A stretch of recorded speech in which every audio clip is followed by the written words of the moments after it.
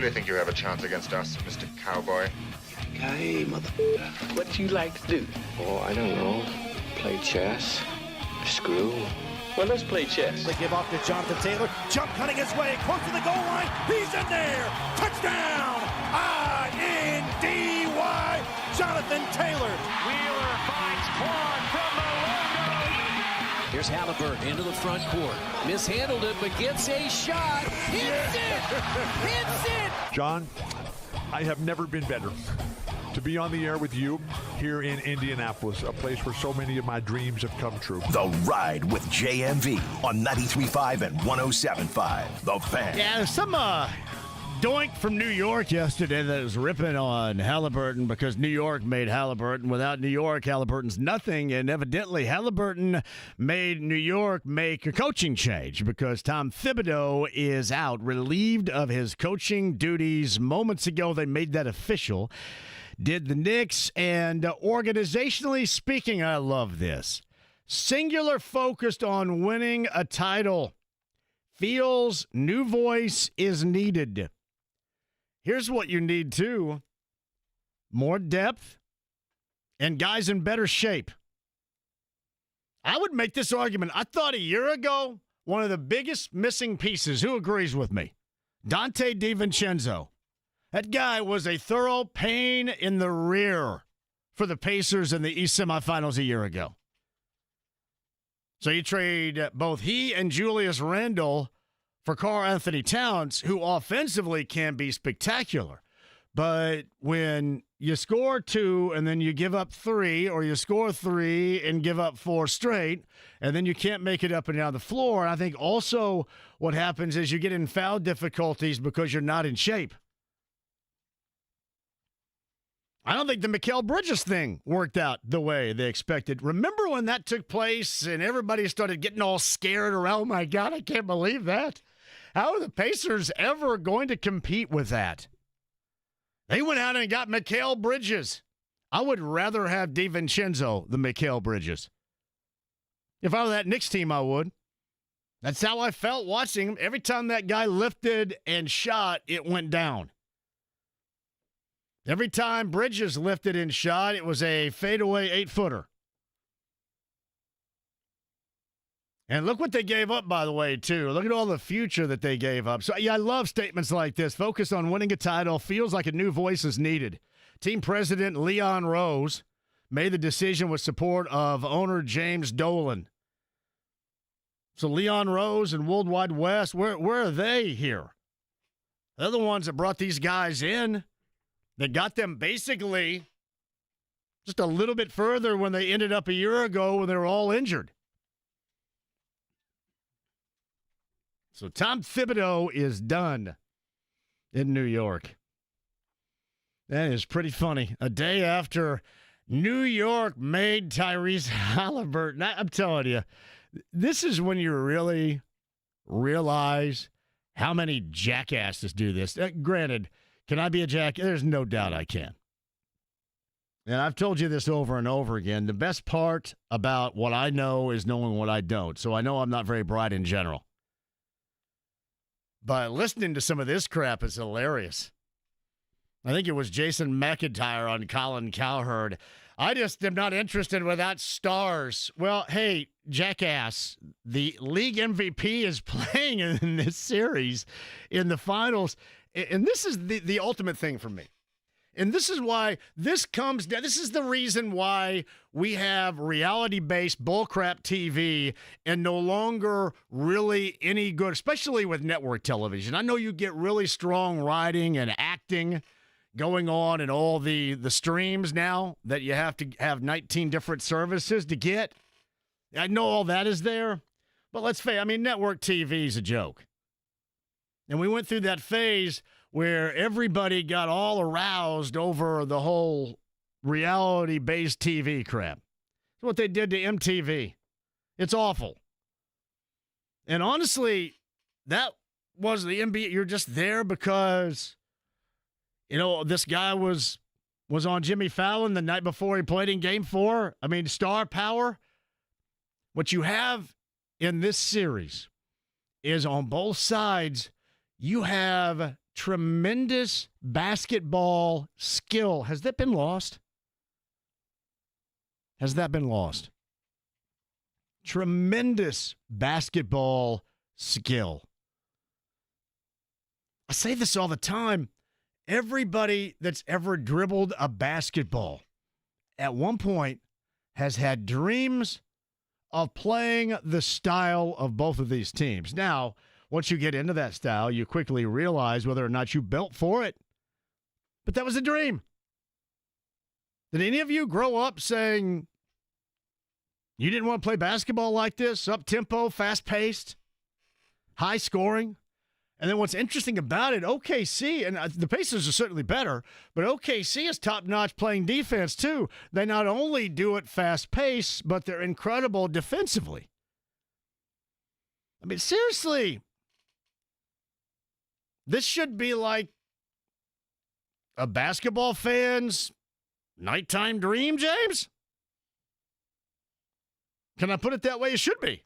Why wouldn't it be as a basketball fan? And I don't need or feel it necessary to sell you on the product. But that's the part I never understand, because it's nerds like that where it's all lost and it's no longer about the sport of basketball. It becomes reality TV. And you can take that and you can store that away in your rear. This is 1,000 times better. And I would say if the Pacers weren't that team and it was somebody else equally as fast-paced with the resume of the Pacers, it doesn't matter if it's small market or large market. You know, the MVP of the league, you have two teams that have carefully been cobbled together to show you these incredible levels of success. Yet I get a reference of, well, remember when LeBron James and Kyrie Irving and Kevin Love played in the same series? Seriously. It's what happens this time of year or surrounding any big game or any big series. You hear from the loudest of numbnuts that have zero idea. That's not about basketball. That's reality TV. You would rather be watching one of the housewives of wherever now, or whatever, I'm Knocked Up and 16 on MTV, whatever that is. That's what this McIntyre guy evidently digs, because it sure as hell isn't basketball, because this is it. These are the two teams. And honestly, I'll give the Pacers a lot of love here. You've watched the entire Eastern Conference landscape. Has there been anybody else? And I know that obviously I'm angled coming in here being at Indy. But is there any other team that you would think, oh, yeah, you know what, that would be a hell of a lot better than the Pacers? No, there's not. You'd rather watch Giannis slog up and down the floor, carrying guys that aren't as good as you playing at the YMCA alongside him? And we saw what the Cavaliers were worth. The Knicks? So who else are we talking about? I mean, honestly, if they're, and this is a true story, and I don't like them, and I make fun of their town all the time, but I would 1,000 times, other than anybody else that I saw in the postseason, next to the Pacers, I would rather watch the Pistons. Now, sometimes they can drive you nuts, but they're young. They don't know what they're doing half the time. I would rather watch the Pistons than anybody else about the Pacers. It's amazing. And then, out west, there is no doubt you got what you wanted. And the closest thing to them was a Jokic-led Nuggets team, and that would have been okay too. It is absolutely, you find out what people really and truly know with events like this. And you also find out when you listen or you watch something, whether or not these clowns are being truthful or just hoping and crossing, give me a couple of likes and retweets and give me some views. I'm going to say something just so incredibly outrageous that you wonder how you even come up with something like that. New York made Tyrese Halliburton. New York. Well, they'd beaten Cle. I mean, really, it hasn't mattered. The big shots from Halliburton has been against everybody. It was just like that little game one gift from the gods that guided what turned out to be a two-pointer in the game tire home. Seriously, that was like, hey, like the gift from the gods right there. Because there's no other circumstance in which that shot's going down. I mentioned this morning. I can't go a day without watching the final minute of the fourth quarter in game one against the Knicks. I can't go a day without it. It is so interesting. And what's so funny is when you watch it over again, when you watch it over and over and over again like me, you see that the Pacers were closer to make even more happen. I mean, hell, the Knicks almost turned it over twice on an inbounds play. You know, once on an inbound when Brunson was trying to throw it off a defender, and it just like goes bouncing halfway across the floor with nobody near it. Just so happened it found OG Anunoby. And then he goes to the free throw line and splits a pair. Now, they inbounded that pass, and Nembhard probably would tell you to this day he should have had it. It's amazing. Some of the worst takes of all time, and you can chalk it up. Somebody said, well, you got to come out in scorched earth. No, listen, what you do is we can point it out and make fun of it because it deserves to be made fun of. But that just goes to show you that these people have not 1 ounce of an idea about basketball. None. Because underneath it all, this is a perfect matchup series. And believe me, the Pacers may end up struggling in this series because OKC is that good. Like, I wouldn't bet on that, but it could happen because OKC has been dominant. Denver gave them issues in the West semifinals. But as far as on paper, what teams do, and the level of basketball entertainment value, not reality-based TV. Not, I like this guy in this commercial where his Hummer's doing a crab walk. Not that. But real basketball. And real basketball, if you remember, how long has the NBA, it's funny.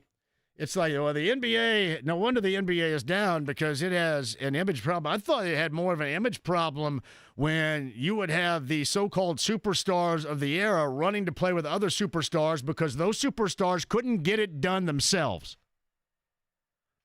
So we got to run someplace and get some help. It's like me with my finances. Oh, hell, I got to run someplace and hey, be near where I got to run over there. You got to run someplace and you got to get some help. That's how it is. That's how it's supposed to be. When did it stop becoming savvy moves to get better? Savvy moves to maintain. And then the other aspect of it is it's as old as the 86 film Hoosiers and even older than that. It is the team-valued concept. I never want to live in a world of sports when you don't recognize that, or when the water is muddy or it's cloudy and you can't see. I don't. I want to know that that's true. And I think what you also want to know, everybody's always hoping that these dudes are real. It seems like on both sides here, you've got some of the realest dudes in basketball that really like one another, that enjoy being around one another. I don't know. I think the rest of the basketball universe should feel fortunate that they have this. Yeah, not something else. And it doesn't have to be about, well, it's New York and it's the Knicks. It can be about basketball. That's a damn good thing. Why can't it be about basketball? Why can't it be success through basketball and teamwork and the best team win? Seriously, I think this is more perfect for basketball fans than what we have seen. Because I know everybody gets off, because I have as well in the past. Everybody gets off on a Steph Curry step-back 35-footer. Or everybody gets off on a coast-to-coast LeBron James dunk. or everybody gets off on, Giannis looking like he's playing on a Nerf hoop, or the size of the market, or the Knicks and its history, especially its robust history of losing. I know everybody gets one out of that. But for the true basketball fans, this is it. I would have to think this is what you hope for. A matchup like this? I'm trying to think, when was the last time you went to a matchup? I had Chad Buchanan on yesterday. If you guys heard that, if you didn't, that's the podcast, 1075thefan.com. But yesterday I had Chad Buchanan on. Did you guys catch that I went literally 11, 12 players deep in matchup descriptions? Did you guys notice that? Because I don't know if I was aware of it at the time, because I was just kind of curious, about the matchups and guys that maybe in the West Finals didn't get the clock time that they might get against the Pacers, or even vice versa. But we legitimately went like 10, 11, 12 players deep in analysis. When's the last time you think you felt it necessary to do that? To talk about players that could play such a significant role, that aren't the stars, that come off the bench. Hell, we spent 5 minutes on Alex Caruso, for goodness sake. It's to me, this is the absolute best. And I would say this, it's great that the Pacers are involved, and that certainly makes everybody around here feel great, including me.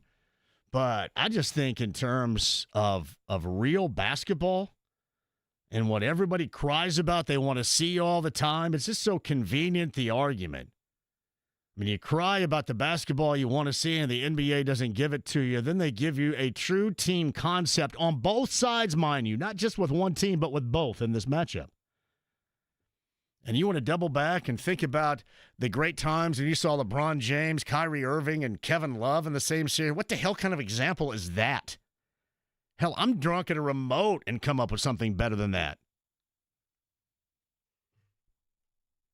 Nah. And I'm glad you see it. I'm glad we see it, because that's why I have a great deal of respect for your basketball acumen. Some of you sometimes have been a little bit suspect, but for the most part, I have a great deal of respect for it. That's what's necessary right here, because a lot of the rest of the world are absolutely clueless, even those that played. There's a promo that's floating around James made of me going off on Chandler Parsons. I don't think he knows his ass from nothing. And he actually played in the NBA. It is like, hey, all right, you guys are going to give me how much? I'm going to do this? Well, I'll just kind of roll in there, and here's the half-ass effect. Like, at least Lou Williams' partner, understood, okay, now this team is forcing me to pay attention to what they have done and who they are. Isn't it amazing what you can rediscover? Rediscover when you actually start trying to learn something. And believe me, sometimes I can't be as big of a knucklehead and a hard head and very stubborn in terms, I've said this before, I don't want to learn anymore. I think I've known enough. I think I know enough up here. I think my capacity is about worn out. But it's cool when you can take it to another level. Hey, James, is it incredibly hot in here, or is it just me right here? Is there any way that we don't have to come in here when it's a damn sauna? It's pretty damn warm in here, not going to lie. Is that part of the $35 million price tag on this building? Oh, no absolutely. AC? No AC in the studio? We get a steam room and a studio in one. I'll tell you what, when this is turned into somebody's bedroom here one of these days in about 15 years, it's going to be hot. Oh, shout out to Jeff. All right, 239-1070. We'll play off of that if you guys like. And, of course, the NBA Finals game number 1. That is coming up on Thursday. Thursday, 8:30, tip time, 8 o'clock, coverage begins right here. Cannot wait for game number 1. Pacer fans, the NBA Finals back for the first time in 25 years. There's a reason why. It's been a while, but I certainly have not seen Pacer fans. This goes back to the 90s when a lot of you discovered that there was actually an NBA franchise here. And you just didn't notice it when Dr. J or Kareem or Magic or Larry Bird came to town. back then. It is pretty amazing to see the support now, and rightly so. And as I mentioned, this is an entrance to a golden era around here. You have the Fever and the Mystics coming up later on tonight. I know they're playing without Caitlin Clark, but that's yet another layer that we should talk about. This is a golden era. Now, you have to take care of things. You have to make sure, and you want this ride to last as long as possible. And sometimes, if not oftentimes, that does not take place in professional sports. But you have to make sure you ride this thing until it bucks you. If you're Pacer Sports Entertainment, take full advantage of absolutely everything. Because I've said this before, this is a golden era. Yes, Tyrese Halliburton. Tyrese Halliburton would be nothing without New York, and New York would not be making a coaching change without Tyrese Halliburton. Well done, jackass in New York. That's just outstanding. Pretty damn funny.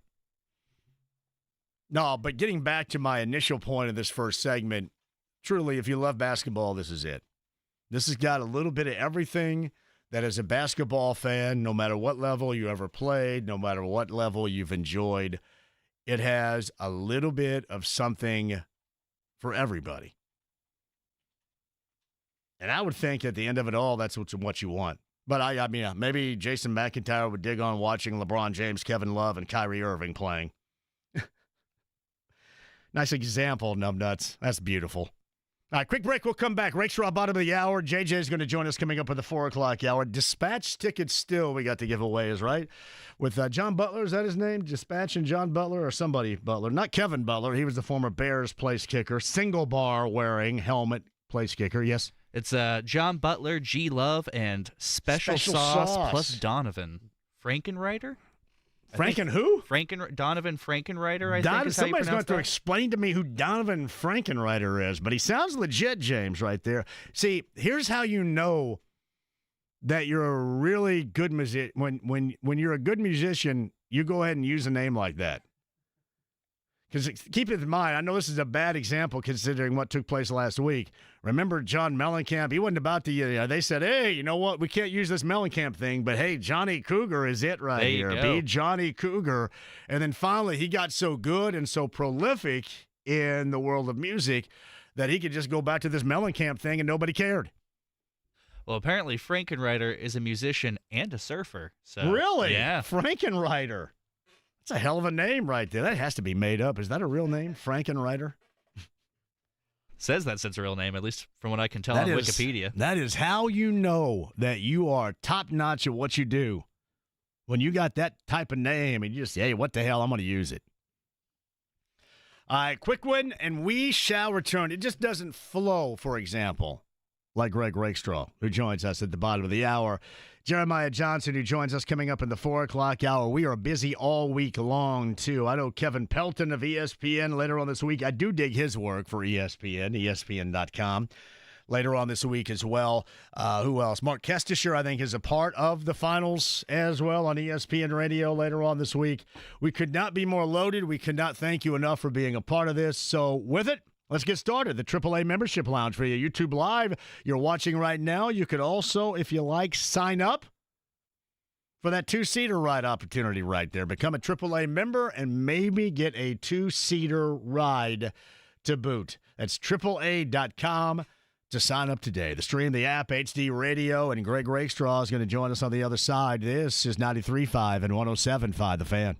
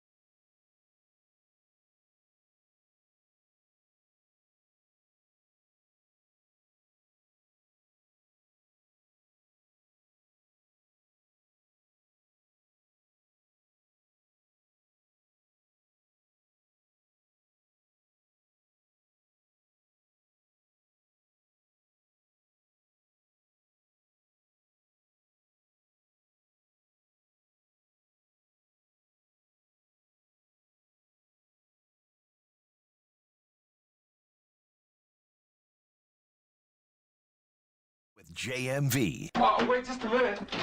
Did anybody knock anymore? 93.5 and 107.5. The Fan. Yeah, so Tyrese Halliburton got the Knicks coach fired. New York, according to New York, made Tyrese Halliburton, but Tyrese Halliburton got the Knicks coach canned a little bit earlier today. Lee asked this, will they hire Brunson's dad?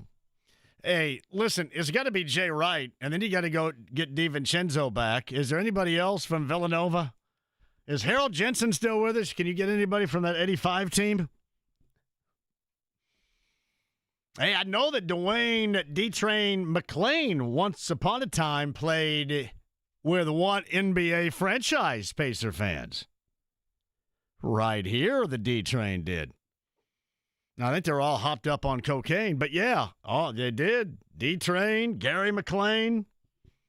You know, and even with those stories, the championship game and, Gary McClain being outside his mind, I can't help but still have a great deal of love for that 85 team. Andy Moore, Automotive Group Hotline. Also a great deal of love for far southern Indiana's own Greg Rakestraw, who joins us right now. I mean, if you're the Knicks, don't you have to hire Jay Wright? I think you need to ask, but my guess is there might be some other guys that are currently in the NBA you'll be asking. Oh, that doesn't matter. Hell. Just hire your buddies. Hire your buddies. Come on. Or your dad. Or your best player's dad. Come on. That's what we do. I don't think it's going to be Jalen Brunson's dad, just a guess. But he'll still be there on the staff. He's not going to lose his gig, right? I would doubt. Yes, correct. I would assume that's the case. Pacers Knicks, Greg, 8.12 million viewers, the most watched game of the 2025 playoffs. I believe that was game 6, as we're talking about here. So it makes a lot of sense, doesn't it? Of course. You have to stage yourself once you get to the Eastern and Western Conference Finals, and crazy to think that was the last series to finish, not just of the NBA Conference Finals, but of the NHL Conference Finals. So, yes, Indianapolis continues to be the epicenter of the sports world. Think about the run that's going to happen from Indy 500 through NBA Finals to WNBA All-Star Game. A lot of eyeballs here in our wonderful city. So I wanted to ask you of this, and maybe I'm completely off, but I do think I speak to those out there that really, truly love basketball, and you don't need the reality TV version of it that oftentimes we have been served over recent history. Is this not a true basketball fan's nocturnal emission dream here? with the up and down play, and you get OKC mixing in high level of defense, shot making ability, the MVP. I mean, this has got small market and not. This has got a little bit of everything for a basketball lover, does it not? If you do not enjoy this NBA final, you are not a lover of hoop. You are a Thank phony. you very much. Thank you. You're a fraud, and you are simply a jock sniffer. Big sniffer of jock straps. I was going to get there. I was going to say big market sniffer was exactly the phrase. You and I spent way too much time together. Was the direction I was going with that. So yes, again, we use this term in soccer. If you're a neutral, you should love this final because it will be fun to watch, even if you are not invested with a team that is in the fight. Yeah. Hey, by the way, too, this quick update, Pacers availability today. Jarris Walker, according to Dustin DePurak, still on crutches. I know that Rick told the fellas in the morning yesterday at least 2 games he would miss. So we will find that out, and a little bit more from Dustin here, Greg, in the media scrum. Briefly, Tyrese Halliburton was asked a question, but then just asked him if he could get a bacon cheeseburger from Culver's. Now, I mean, it's a Wisconsin dude, so it would make sense, right? Sure. I mean, whatever works. Whatever Tyrese has been doing, keep doing it because clearly it's working. No doubt about that. Hey, how do you size up this? Is this mandatory, like either 1 or 2 for the Pacers to steal? And to me, it's going to be difficult anyway, but even more so because I thought in the West semis, when Denver went in there and ripped that first one, that maybe that served a little bit of notice for a team that I don't know if it was necessary, but certainly it worked out of the long term for them. You need to get one of the two, I think, of these first two. I think it has to be the first one. then you got to get one of the two. And again, let's state this out loud, okay? Oklahoma City is the favorite. Oklahoma City is really good. Oklahoma City will pose problems for the Pacers they have not seen so far in the playoffs. It doesn't mean the Pacers have beaten a bunch of chumps. Far from it. They have beaten, three of the other, top 5 teams in the East. The only team they didn't see was the Celtics. There's no injury excuses as far as walkovers and things like that for the Pacers. The Pacers are the Eastern Conference champions, period, end of sentence. All right, but Oklahoma City was the best team in the NBA this year. And so the Pacers will be the underdog, and that's okay. I think that's a role this group very much embraces. I don't think they have to win them both. I think they got to get one of the two in Oklahoma City to give themselves a realistic chance of winning the NBA Finals. Hey, Greg, you've been around here for a long time as well. I've stated this is my favorite team of any team ever around here, just for a variety of reasons, some basketball related, some not. Where does this group rank to you in all your time around here? They're going to be at the top of the discussions because they made the finals, and you are one of two that have done that in 50 years. You asked me who I think the best Pacers teams were. I may actually go with like 3 that didn't make the NBA Finals. And again, folks, I'm sorry. I'm not old enough. I literally was alive for the last 6 months of the ABA. So I can tell you the years they won the ABA championship. I know the players on the teams. I can't speak with real intelligence and try to compare those teams to the ones that, I have seen for the last 35 years with my own eyes and covered for the last 30 years doing this for a living. So my thought on the best teams were the 98 team, were the 2004 team, and the 2014 team. And again, the 2004 and 2014 teams kind of faltered not down the stretch of the season and faltered in the playoffs. The 98 team, who I thought was the team that in the entire Michael Jordan Bulls era gave them the best run for their money in any series they played in and were a possession or two away from winning in Chicago in game number 7. So to me, that's the best NBA Pacers team of all time is that 98, is the 98 squad. But if this team wins 4 of the next 7 games, the debate and the discussion is real simple. The best of all time would be the 2025 Indiana Pacers. I don't think I presented this to you last week, the couple of times we met, either at Carroll Stadium or certainly last Tuesday. But are we on now the early stages of what is going to be a massive golden era for Pacers sports and entertainment? It is certainly setting up that way. Knowing that this group, you're going to have them largely together. Obviously, you got to bring Miles back, but you've got the other pieces that are in place. And then what you have with Caitlin Clark, and most importantly, you're now talking about 41 home dates during the Pacers season and 22 home dates during the Fever season, not counting playoffs, that will be absolutely full. That should be sellouts every night.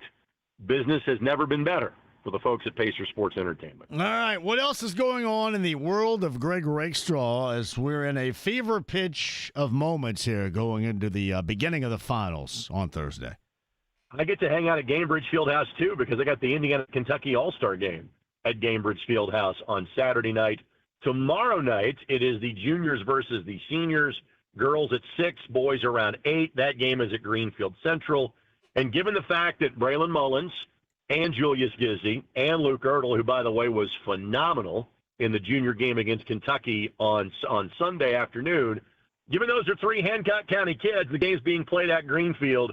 If you want to go to tomorrow night's game, I would suggest you get there early because my bet would be is that thing will be full by the time the boys' game tips off at 8 o'clock. So if you can't make it, you can watch on the ISC Sports Network, Twitter, YouTube, Roku, Apple TV, etc.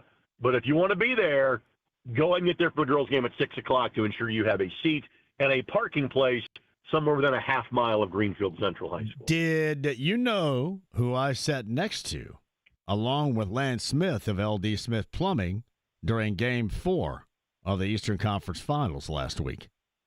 Well, I assume you took Bart Fisher's seat of LD Smith Plumbing, so it wasn't him. Who else might you have sat with? Josh and Braylon Mullins. Write down from me right there, and I got their number because I want to get Braylon on the show. during the Indiana All-Star. They set like 3 or 4 right down for me there, too. So. I talked to Braylon this afternoon, and obviously I have known his dad since before Braylon was around, since Josh played for us at IUPUI, and Josh was on our NCAA tournament team, and I'll age the both of us. That now was 22 years ago that was the case. But big fan of Braylon, and happy for him. Josh, Katie, mom and dad, twin brothers of young him as well. I know he is so looking forward to tomorrow night and getting to play one final game in his home gymnasium. When did Josh stop beating Braylon in basketball? I don't know. I actually ran into Dylan Moles, who plays at Marion. I was at Marion. It's where the All-Stars stay in practice for the 3 or 4 days there together. I ran into Dylan today. I said, Braylon's here. You can have a game for Greenfield supremacy. He doesn't like a dad. He's like, nope. Last time I played him one-on-one 2 or 3 years ago, I beat him. I knew to stop right then. Although I will tell you what Dylan tells me. Because Josh is an assistant coach on the basketball team, or has been. And when he said, listen, when we had to have a ringer, like for a scout, Josh would play that guy because Josh can still hoop. Yeah. And so even in his 40s, he's the guy that is the number 1 player on the scout team in practice most days. We got to get him down to Center Grove on a Sunday morning, then, is what you're saying right here. As long as that does not conflict with his duties in the Hancock County Sheriff's Department, I think he'd be all for it. All right, then. All right. So Greg is good to go in a busy schedule per usual into June. Hey, by the way, I know we've just wrapped up high school baseball sectional play. You going to be doing any regionals, any baseball stuff coming up here? We'll be going to state finals, so I get a weekend off from IHSAA state finals. From the IHSAA calendar standpoint, tennis and track and field both take place at North Central this weekend. Then next weekend is softball up at Purdue. I'll do the Friday doubleheader of that.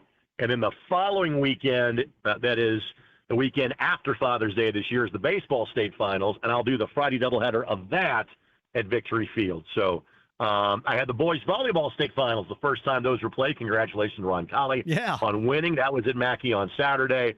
And then I've got 2 more weekends of IHSAA state finals, and then a very brief break for me from high school sports for about 3 weeks. I believe Ron Colley, one of Blake's friends, Ben Brandenburg, I think, was a big-time boys volleyball player a year ago, and I still think plays collegiately right now from what I hear as well. So, yeah, Ron Colley really good. Now, any surprises in sectional baseball play? Because I do believe I saw yesterday where CG beat Franklin Central to win a sectional, but I didn't know who else. There may be any surprises around that you noticed?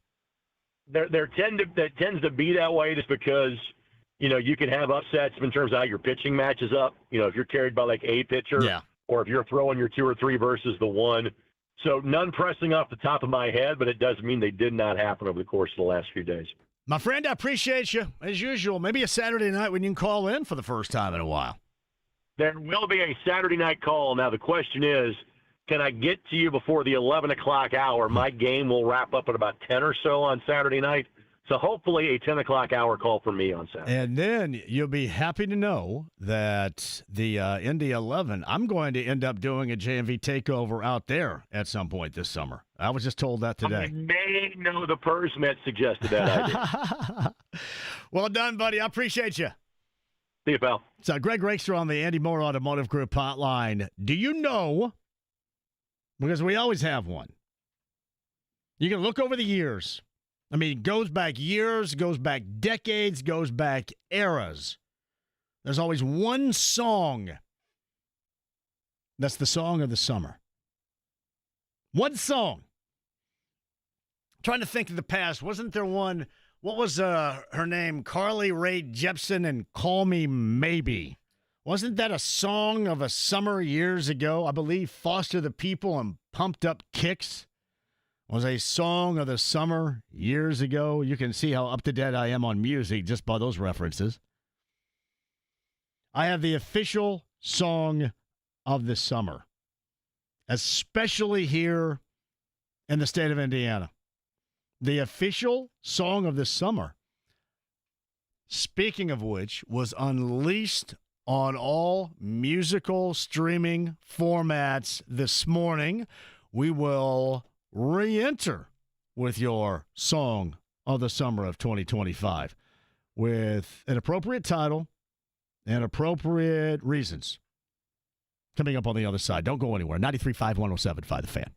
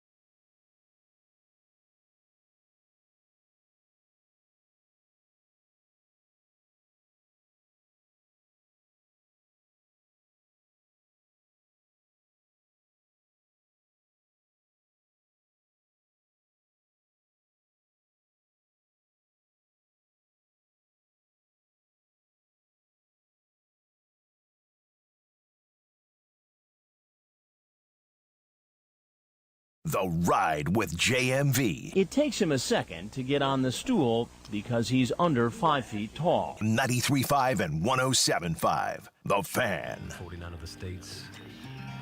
It's just basketball. But this is Indiana. The song of the summer, everybody. Crank it, James. Josh Shalbeck. Danville, Indiana. Yes, sirs. Yes, sirs. Yes, sirs. Sweeping the nation officially today. I'm proud to represent a city where the passion meets the gritty and the blue collar flows to the streets. And this here is my anthem that'll make y'all start dancing. Let me talk about this bona fide team. We got Tyrese Halliburton, and you know that it's for certain he'll be dropping dimes and taking the lead. And Andrew Empire, yeah, he's always been hard. He'll cross you over, got that. Hey, James, you think Josh can work in? He also gets your coach fired if you're in New York? That'll have to be the re-release.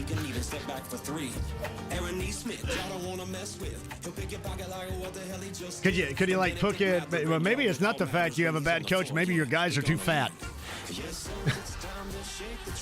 A brand new model, not a brand new team. Yes, sirs. Indiana hoops and dreams. You better not be a really fat team. See, I got that going. You got bars, man. I know, man.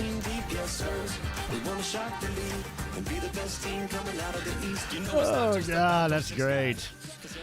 Josh Chalfant right there. From Danville, Indiana. I think now calls home Columbus, but he's back here all the time. And we've been giving him a lot of love. He debuted on the show on Friday with that song. And I think today, this morning, in fact, he had sent me something. They released this on basically every musical streaming network that's out there. Here's the thing. They're having the Pacer watch party on Thursday.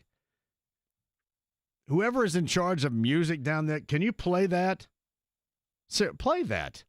I don't know why you haven't had that already. I guess because it's been the weekend. They've had one game there, right? Maybe that's why. But can you guys play that on Thursday? I'll tell you what I'll do. I got a double-decker cassette player back here, and I'll tape it on my TDK or my Maxell, and then I'll roll it down there for you guys to play. How about that? Josh is a good dude, man, and I want to see him hit that thing big. That is a really good song, too. Listen, do I know a lot about music? No. Is most of my music based about 3 or 4 decades ago? Yes. However, I am a fan of lyrical wizardry, and there's some good stuff in that bad boy right there. And the other point I like about it is it's under 3 minutes, so, man, it hits you hard quick and gets the hell out of Dodge. That's my criteria. I don't want you lasting forever like it's some rock opera meatloaf tune. Good Lord. Yeah, go ahead and play.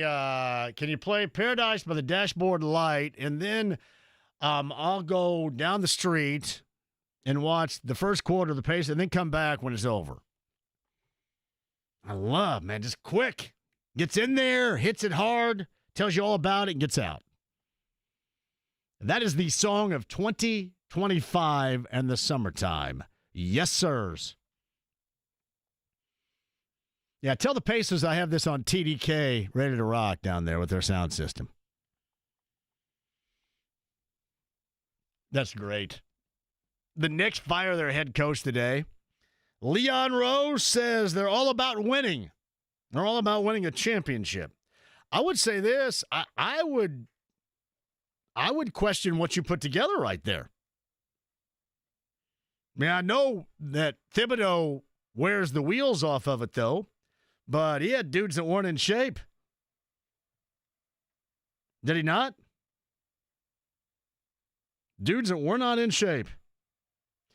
Hey, go out and bring back Ed Pinckney. He's probably in better shape than Brunson. See, that's one thing that nobody's talking about, but they will. If you're going to be able to either, A, participate in this style, or if you're going to be able to challenge in this style, These guys have to be in better shape. Most of these guys are in really good shape anyway, but there's basketball shape, and then there's shape for this. And you're going to see that on both sides beginning on Thursday with the Pacers and Oklahoma City. 8:30 tip time, 8 o'clock coverage begins right here on The Fan. I believe I'm going to have something special coming up on Sunday. I don't know if I'm allowed to unleash the info yet, but I will. JMV is the yes, sir's growing on you. I will say this, Mint Takes. I'll dig it now because of Josh's song. I didn't dig it before, and I don't think it's great, but I don't think I look in the mirror and see Johnny Cougar in the reflection here, so I don't think I'm that crotchety about it. Yeah, maybe I was. Just a little bit. No, but for Josh's song, yes, sirs, I'm down. JJ on the other side, I know they have a watch party coming up on Thursday. Somebody come up here and get my copy on Maxell tape and play that thing coming up on Thursday at the watch party. And then if you guys need me, I'll shoot some jumpers during the timeouts. 93.5, 107.5 The Fan.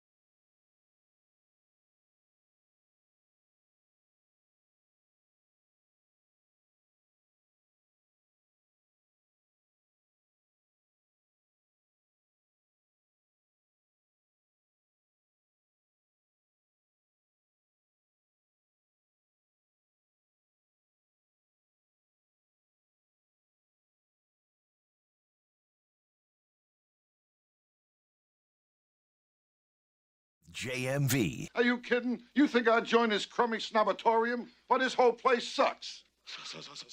That's right, it sucks. 93.5 and 107.5. The Fan. Hey, JMV, where can I get that Yes Sir song? Any of those streaming services for music. I get mine from Spotify. I'm not supposed to say this out loud, but I use Spotify on the JMV Takeover. Sometimes the unedited versions. Nobody's caught me yet, though, so smooch it. Ah, ha, ha. Nobody's caught it.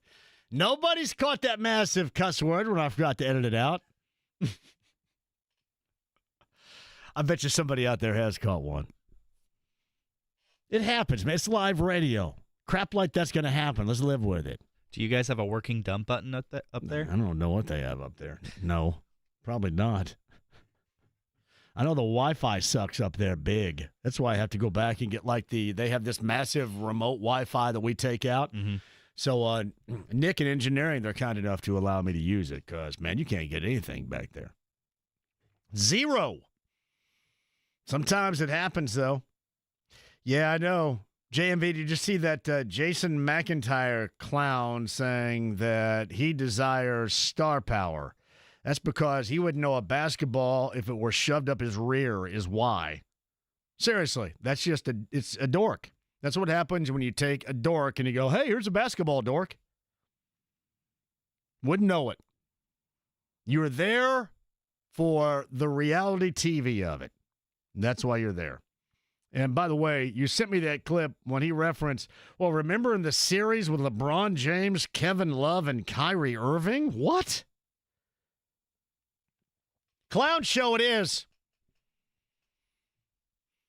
And by the way, too, as the New York guy referenced yesterday, that New York and the Knicks made Tyrese Halliburton. Tyrese Halliburton got New York a new head coach. On the Andy Moore Automotive Group hotline for Pacers TV, he's our good friend JJ. So is that the third coach the Pacers have had fired after circumstances this season? Because it Michael Malone and Mike Brown and now Thibodeau, right? That's correct. Yeah. I guess they didn't necessarily have a... Is that a new record? Taylor Jenkins, I don't know when they played him compared to when the Grizzlies fired him. I guess that was not direct result of the Pacers, but it's definitely interesting.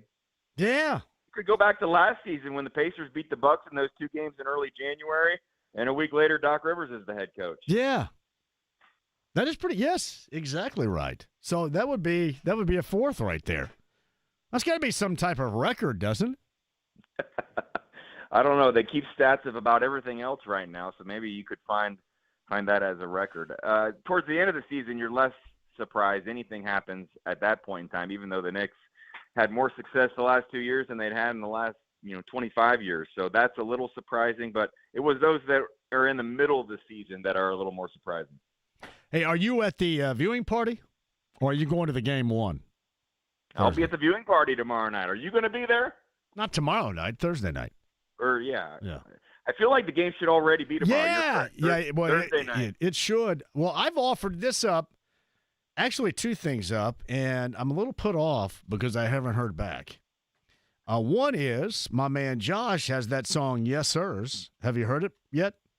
Yes Sirs? I heard you talking about it with Josh, but I've not actually heard the song. Well, I want to. I'm going to tape that on my dual cassette player, and then take it down on my TDK and hand. Who do I hand that to down there? Who's in charge of music? I think Dean Hevelin's in charge of everything that happens during the watch party. So that's why I thought who it was. Can we tell Dean that I've got a copy of the summer song of 2025 here in the state of Indiana for him? For sure. Yeah. I know they've all got a lot going on and there's a lot of moving parts, but you can certainly do that. I expect them to drop everything for this. The other thing, and I've said, hey, if you guys need me at the viewing party, during timeouts, I'll shoot jumpers, and not a damn soul responded to that. What's up? I have yet to see the run of show. I just know that I'll be on the microphone, but Kristen Airy will be in Oklahoma City. Eddie White will join me maybe for part of the beginning of the show, but there could be some openings. So I guess I have some different things to pitch to the organizers, courtesy of JMV. Yeah. What's your rate? No, I do that for free, man. I like shooting jumpers. Free. Okay. That's a freebie right there. Would you offer some analysis to what you're seeing as well? I would if you want. Yeah, sure. Absolutely. Now, do I have to keep it PG, PG-13? Can I go R-rated? How do I need to be? Well, maybe, use Pat McAfee as your line and maybe keep it just the same or as clean as Pat McAfee. He might have been – he was at least PG-13, I think. Was he not during those moments? I think that's a pretty accurate description. Yeah. So, sure. I would suggest it'd be cool if Josh could come down there and do that song live at some point. That'd be pretty cool. So, just me. I feel like the next marketing meeting, they need to invite you. I know it. I know. Idea. I'm going to get my own record label here pretty soon and start signing dudes. So, yeah, that's what I'm going to try to do. But no, seriously, if you guys need me down there to shoot jumpers, to get Josh down there to play that song, to add entertainment value, whatever. Now, again, I hope that none of that is really necessary because the game provides it. So let's start right there, JJ, about what the Pacers do off the jump, out of the gate to maintain. And because I hate to say it this way, but to a lot of people out there that haven't watched this team, there's going to be a significant amount, I think, to prove early. And normally the Pacers are really good at that, and I would expect them to do just that on Thursday.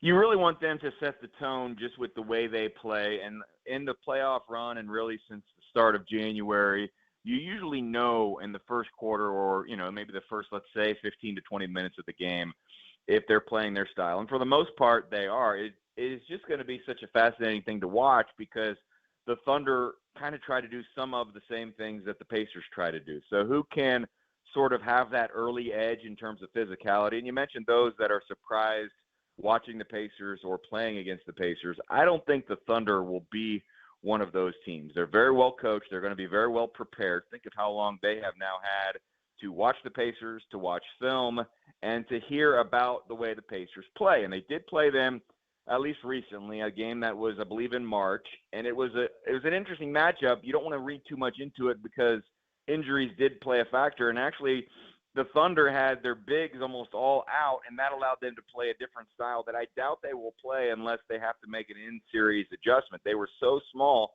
and when I left that game, I was thinking I'd almost prefer some of their bigs be available to slow them as a team down just a little bit. But it'll be tough. You'll have that crowd whipped up into a frenzy. The Thunder will be ready to go. Maybe you can catch them just a little rusty in the early going, and what I'll be watching early and I'll be watching all series long is can some of those role players hit the big shots when left open that we saw in that Emirates NBA Cup championship game. If you remember that high-profile game, they played the Bucks. Some of the guys just were not able to rise to the occasion. Now, they've had enough experience since then that you've seen them hit some of those shots, but over the course of the series, will they be able to do so? Because you know that Shai Gilgeous-Alexander will get his.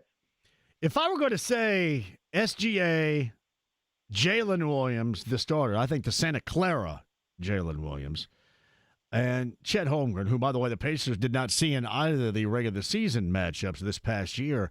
If I would take them out of the equation, who do you think can be, outside of those three, the biggest thorn for the Pacers in this series? I think it might be Lou Dort just from a defensive perspective because he can be so physical and he can guard a number of different players, but you'd assume he might be on the court early with one primary objective, and that is to be physical and to rough up Tyrese Halliburton. There'll be different guys that get different opportunities, and the way they, double team and the way their arms are active and the way they're able to force turnovers, it's definitely a team effort.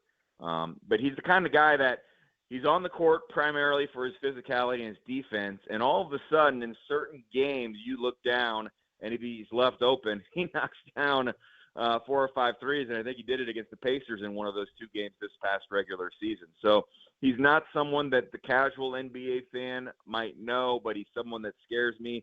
And also with his physique, he looks like he could be a starting outside linebacker right now in the NFL, and yet he's wearing a basketball uniform. So scared for a number of reasons for Lou Dort. You know, it's interesting about this. We've yet to develop any dislike, and I know that Gilgeous-Alexander is coming because he's going to go to the free throw line more than Brunson ever dreamt of going there, so you might as well prepare for it. But I've really enjoyed watching all these guys play, and I've made it a point to watch this team play, especially over this past year. They do truly on both ends play at an enjoyable brand of basketball in much of the same fashion I enjoy watching the Pacers, although they're just not that hometown tug that I have here. Yeah, what's scary is you appreciate the way that they play, and the only counter that I would have to what you said about enjoying watching them play is I actually don't enjoy all of their games because a lot of them are blowouts. And right. That's the ultimate compliment to the Thunder. Normally, if you're going to watch a game that you have no vested interest, you want it to be close late. You want it to be competitive. You want it to be a clutch time game. And so much of the time, they just beat teams by double digits. And so that's a little bit scary as well. The other number that's a little shocking is they've only lost one game all season to a team from the Eastern Conference. And what I would attribute that to is maybe, you're not going to, lose just one game against the Western Conference opponent. Obviously, you play them more, but you play the Eastern Conference teams less, and maybe they're not as prepared for what you do as those that you play, 3 or 4 times a season. So the Pacers only play them twice, and one of those games was in December, the day after Christmas, and one of those games again in March. And you mentioned that Chet Holmgren not available for either. So the Pacers will see some different things, but what I would say is maybe they'll see some of themselves, and maybe that can help them prepare. The guys that they play against in practice have some similarities to what you'll see from the Thunder. Well, it's funny. I mentioned this yesterday. The dynamic in December was there was no Nesmith, but there was no Holmgren and no Caruso either. And then in March, that was on the 29th. If you remember, JJ, you were doing the game, but it was opposite of Houston and Purdue in that regional semifinal here. So there was some attention going there as well, and that was certainly a blowout on the road for the Thunder against the Pacers. That wasn't good at all. I did want to ask you this. You brought up Chet Holmgren, and we mentioned he did not play in either regular season matchup this season. So is he going to get the defensive assignment most often against Siakam, or might we see Jalen Williams get that? Interesting. I would tend to say probably Holmgren, but who decides to guard who early in games will be something you'll immediately start to look for and to watch. Now, there's going to be a lot of switching, but I even heard some of the national analysts and people that I do respect that watch, each of these teams more often than maybe some of the others say that was what they were interested in watching.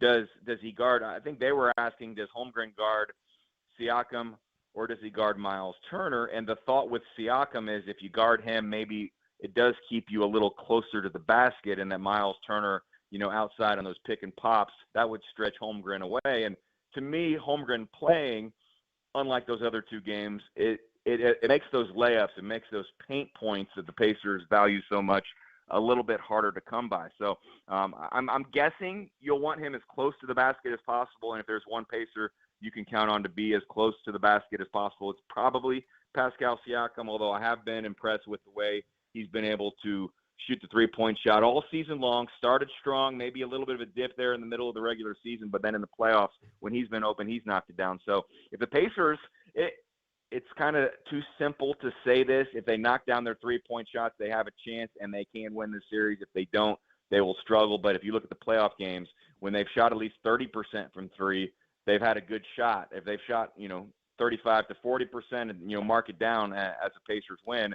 And when they've been under, it's been a struggle. So that'll probably be the same in this series. Here's another simple take, and I want you to play off of it here. Is it as easy to suggest, all right, Shai Gilgeous-Alexander, the MVP, gets his as long as you hold everybody else down beneath or certainly below what their normal average is? You feeling good about that? I am, but they have a bench that you expect more of than maybe the bench for the Knicks or some of the teams like the Bucks. Now, the Cavs were a deeper team. Now, when they had some injuries, it hurt their bench a little bit. But I do go into this series thinking in any particular game, it would not surprise me if either the Pacers or the Thunder were able to get, 7 or 8 in double figures. But the Thunder have that one guy that's maybe more often capable of getting 40, while the Pacers have some guys, in the high 20s. And you did see Siakam in 3 of those games of the Knicks series get to 30. But I'm probably most watching Jalen Williams because he is the one that is closest to a scoring opportunity and potential to Shai Gilgeous-Alexander. And again, for the most part, when you've watched Jalen Williams, you've seen him be comfortable. He's been able to get in a good rhythm, and he's been able to score. But there have been some times when left open, he's not been able to hit that shot. So he's probably the one that I'm most watching. If you keep him between 10 and 15, even though Gilgeous-Alexander gets his, I'll feel really good. But if you have SGA and Jalen Williams, they're 2 all-stars.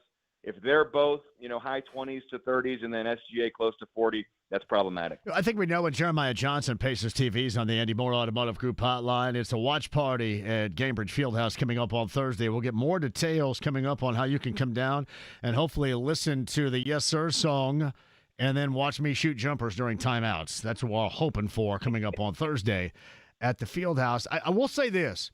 It's going to be all hands on deck for the Pacers. There's no doubt about that. I mean, you're going to have to really point up and down this lineup, this roster, and say, yeah, this guy played well, that guy played well.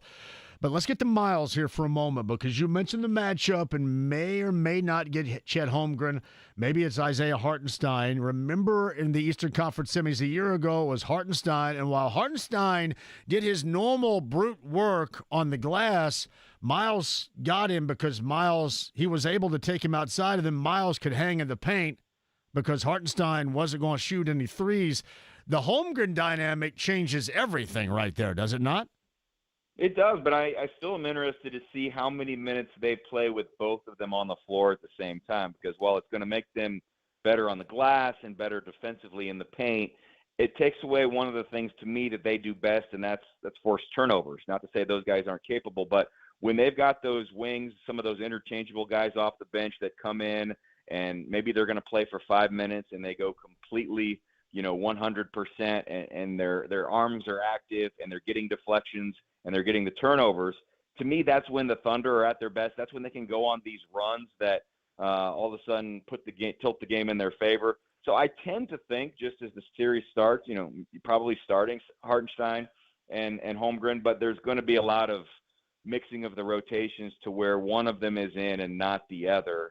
When they're both in, or even when one of them is in, an underrated part of the series is the Thunder offensive rebounds. I don't think it's something they, rely on as much as some other teams, and you maybe don't talk about it as much as in the Knicks series, thinking it was such a priority to keep them off the glass. But they can have some situations and some opportunities, and they've got Hartenstein specifically, what he can do on the offensive glass. You got to make sure if you do get the stop against the Thunder that you don't let them get another chance at it. Yeah, no doubt about that.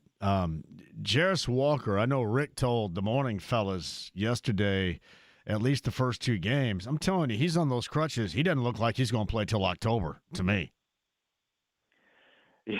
Well, just knowing there are no games in July, so if you don't make it through in June, then October is the next game. Well, that's that's kind of what I mean by that. He just it stinks because you want, as I mentioned, all hands on deck. But those crutches, it just doesn't look like. When I heard 2 games, I thought, man, that looks even longer than 2 games. But it's just you don't want to rule anything out, and sure. It's only Tuesday right now, and then Game 3 is not till the following Wednesday. So that's still 8 days, and people can heal pretty quickly in 8 days. But you got to be able to put weight on it pretty soon to be able to think you're going to be able to do that. And then again, it's not just stepping into a game against anyone; it's stepping into a game against a team that won 68 games that plays as fast as anyone. So it does hurt the Pacers because you had mentioned it's going to take everyone. He fits under that category. He's part of everyone, and this might have been one of the best matchups for him to get more playing time than any of the first 3 in the playoffs. So you feel bad for him. I was glad he was able to contribute at times through this run and get that playoff experience, but definitely hurts the Pacers not having him at the start of the series. Yeah, even without knowing the outcome. And hopefully they put a cap on the greatest season of all time. But what does this season and this group rank with you all time up until this moment and the start of this final series? Well, this is my 11th season in this position, and obviously covered the team prior to that and the start of the Paul George run. And I've always said when it's unexpected success, you maybe enjoy it the most. And so prior to this current era, that 2017-18 team is one that I enjoyed the most because they had probably the lowest of expectations to start the year. Remember the famous League Pass rankings where they were ranked 30th in terms of watchability, and that wasn't thinking they were going to have the 30th record, but they rose all the way up to playing in a 4-5 series against the Cavs and took LeBron James to a Game 7, and who knows what would have happened if they would have won that. That was always sort of the top, the barometer for me of the group I enjoyed the most, and this group has certainly exceeded that. And when I talk about exceeding expectations, they almost did it equally in each of the last two seasons, because you come out of nowhere last season and people don't value the in-season tournament of the Emirates NBA Cup as much as maybe the league does. But that was pretty good experience. That was a burst onto the scene. It was. And then you forgot about them. And then they were still able to make that run to the conference finals. But what did you hear all off season? It was almost like nothing that they did last season was legitimate. Everyone said it was just because other people were hurt. They never wanted to give the Pacers credit.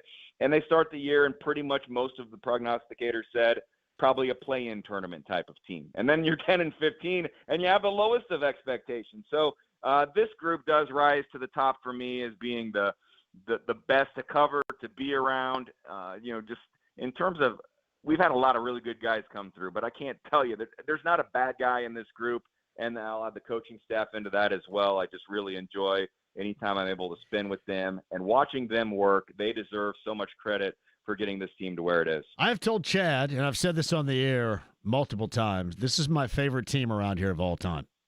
It just is. Even before, even still, anything. And it's nothing against, the Colts teams that won Super Bowl 41. Nothing against the Pacer team in 2000 that went to the NBA Finals. It is just, as a group with these players and with this staff and the organizational pieces, the most enjoyable group that you're absolutely ecstatic to see do well and to produce at this level. As you mentioned, there's nothing bad about it. I mean, just everything it's a team that you can get behind for a variety of reasons, personality-wise, and then you get to how they play, their style of play, which is basketball 101 in this state. I mean, it's what you learn. I've said this before, and people kind of gag when I say it. When we slide out of the birth canal and learn basketball, this is what we learn.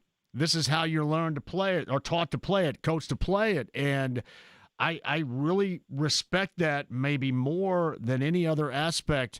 And then to go along with the personalities, there's not been a more enjoyable team to get behind, to ride along with, to talk about than this group, no matter what happens beginning Thursday.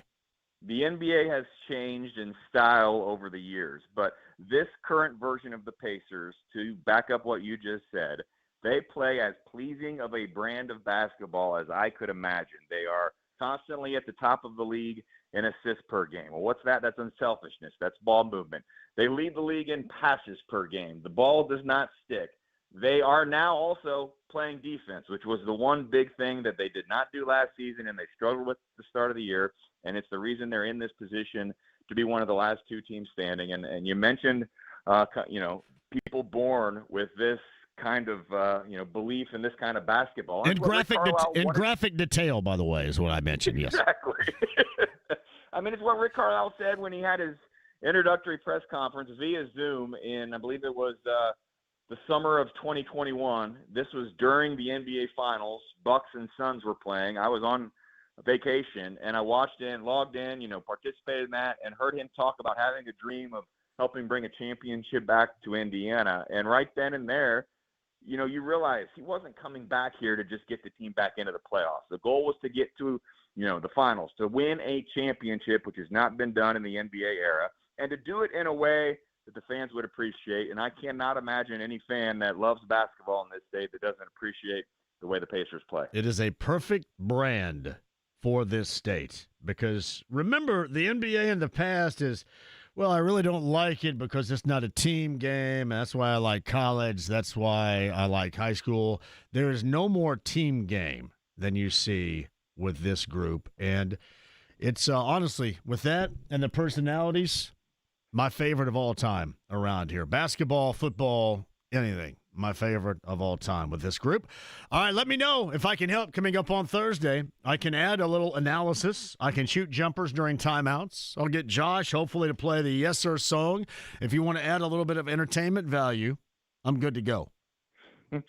Sounds good. I did want to give a shout out to all the fans that I ran into during Game 6. I was watching from different vantage points at Gainbridge Fieldhouse. I was behind you when I saw you grab that yellow shirt, gold shirt, and put it on. So I'm glad to see that. Oh, yeah. But a lot of them told me they really appreciated these interviews. So thank you for letting me have the opportunity to join the show. And thank the fans for listening and all those that are listening now that I happened to high-five during that game at different times. I felt good for all of you to be able to see that moment and to celebrate a moment in history, in Indiana sports history. It was special. Then I did a little 2-hour all-request JMV takeover immediately following, too. That was even more special. So you play awesome any Queen, We Are the Champions? Yeah, that girl requested. Absolutely. Yeah, it did. It was great. I mean, it was an absolute it was an overflow of calls. I think in 2 hours I had at least 40-plus calls. It was amazing. So great time. Well, I hope people wanted to celebrate. So I can get my reading glasses back that I left at the last live remote. They are in the vehicle. They are in the vehicle right now, ready to rock, buddy. Okay. So you let me know if you need me on Thursday, and tell Dean we got the song of the summer for him to rock on Thursday too. I hope there are some others in the marketing department maybe that have heard this interview that will reach out to him first. But if they do not, I will. You got it, buddy. Appreciate you, JJ. Take care. Jeremiah Johnson, Pacers TV on the Andy Moore Automotive Group hotline. We shall take a break. Big news of the day, the Pacers get another coach fired. Tom Thibodeau cut loose by the Knicks earlier today. Evan Sidery's got that and some of the stats on both sides with the Pacers and OKC. It's coming up in the 5 o'clock hour. Stay right there. 93.5, 107.5 The Fan.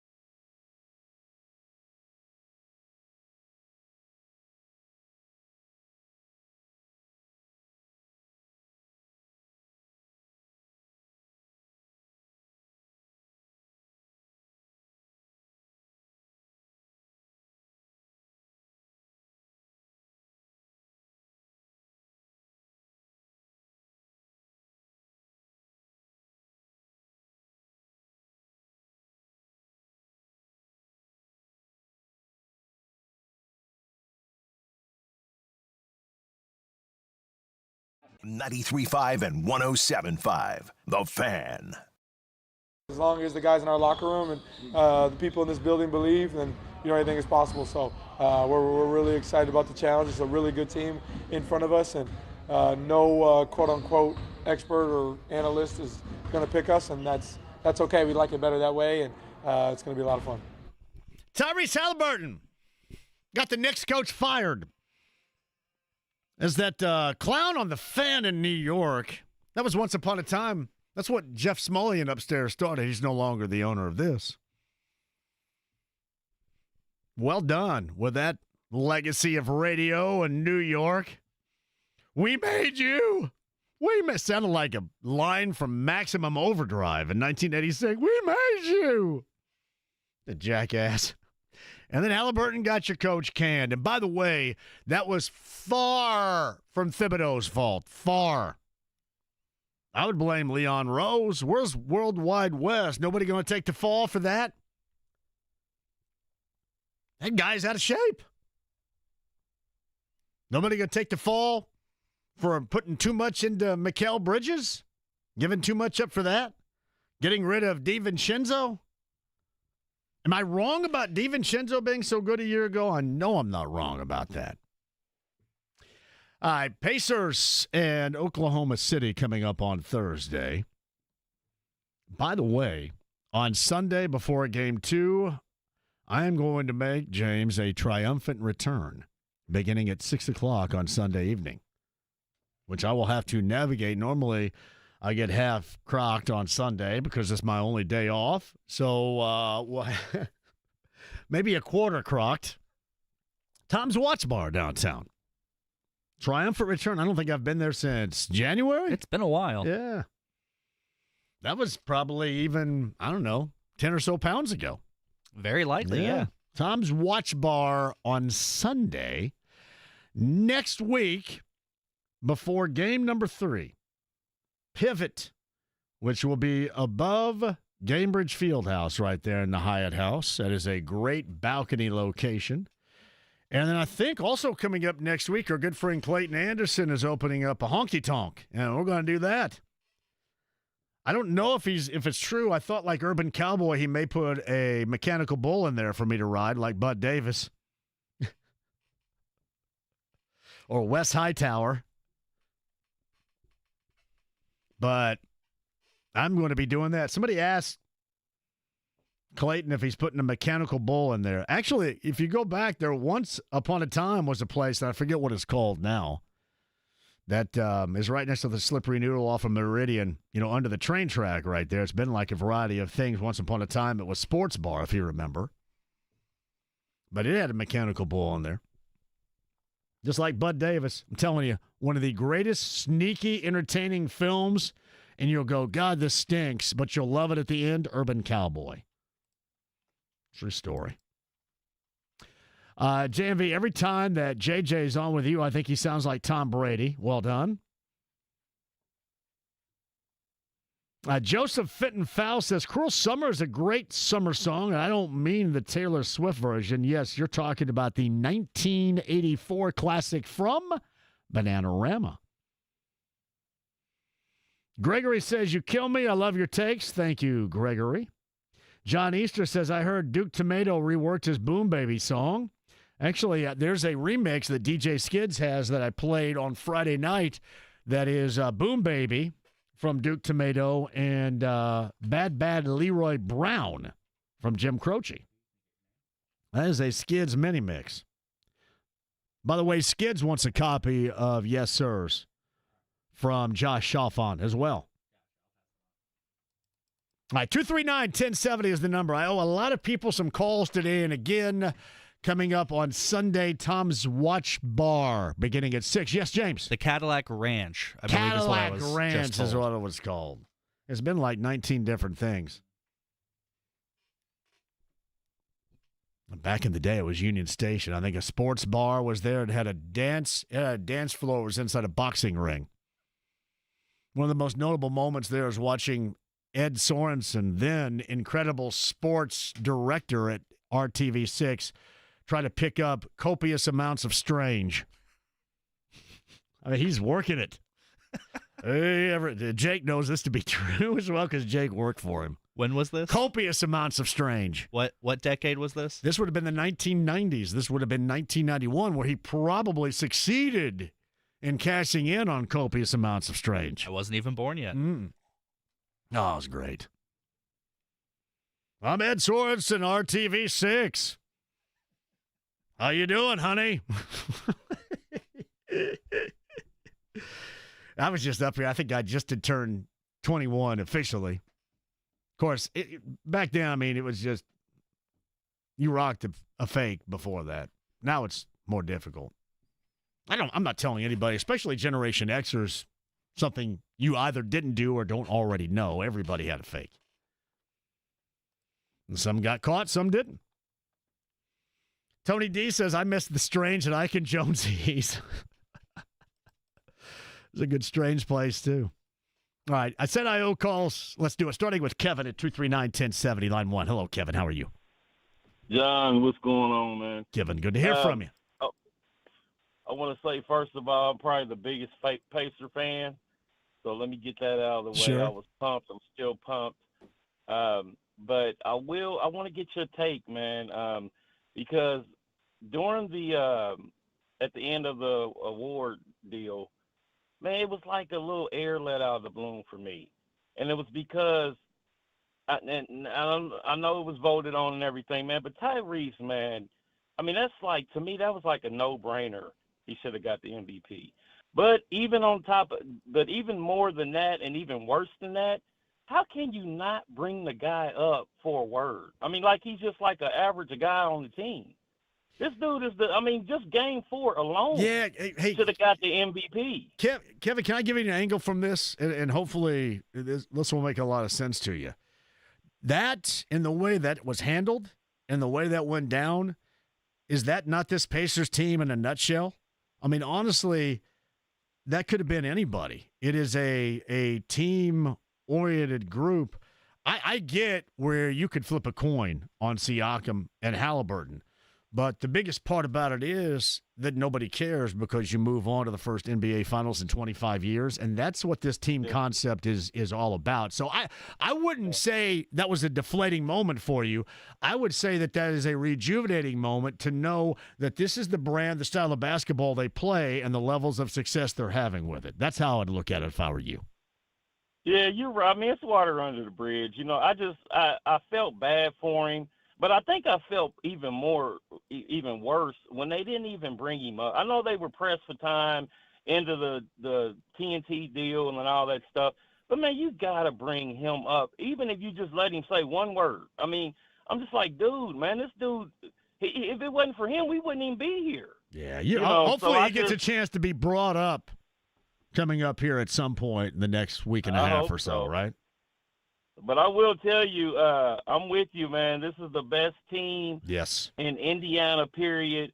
Game 1, that's the best game I've ever seen, man. Yeah. You know, never seen anything like it, Kev. I watch it every day, that final minute in the fourth. I cannot believe that stuff occurred. It's incredible. Yeah. Hey, man, good stuff, man. Look forward to the series and can't wait. Gotcha. That's Kevin right there. I look forward to it as well. Yeah, I just tend more to look at it in terms of who this team is. And I just thought that was them.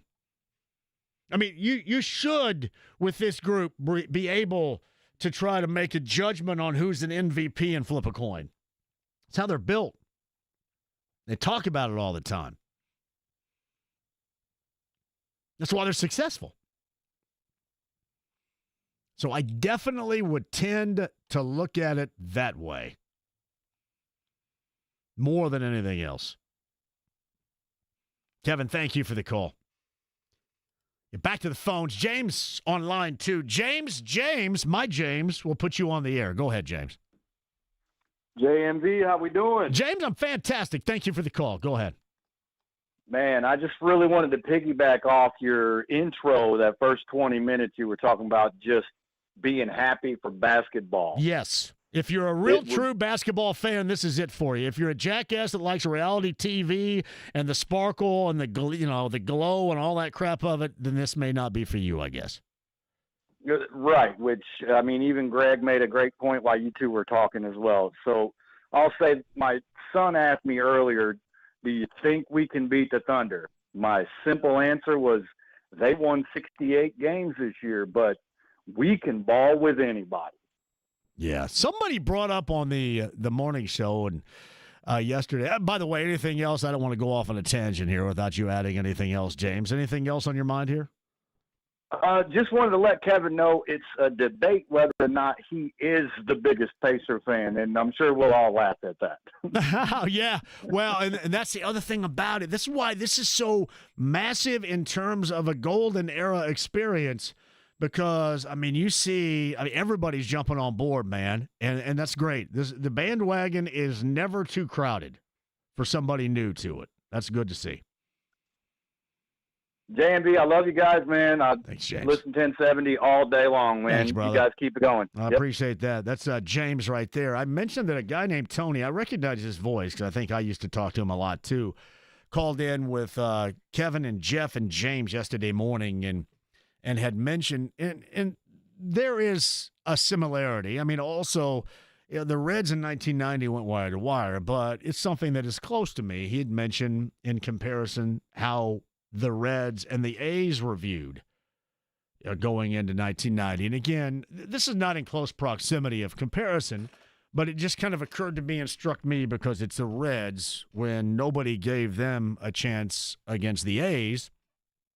And you saw right there before you their team concept. And that was also and this is not something Tony brought up, but it's something that I remember and certainly gathered from 1990, that was as incredible of a team effort, now again in a different sport in baseball, as you will see.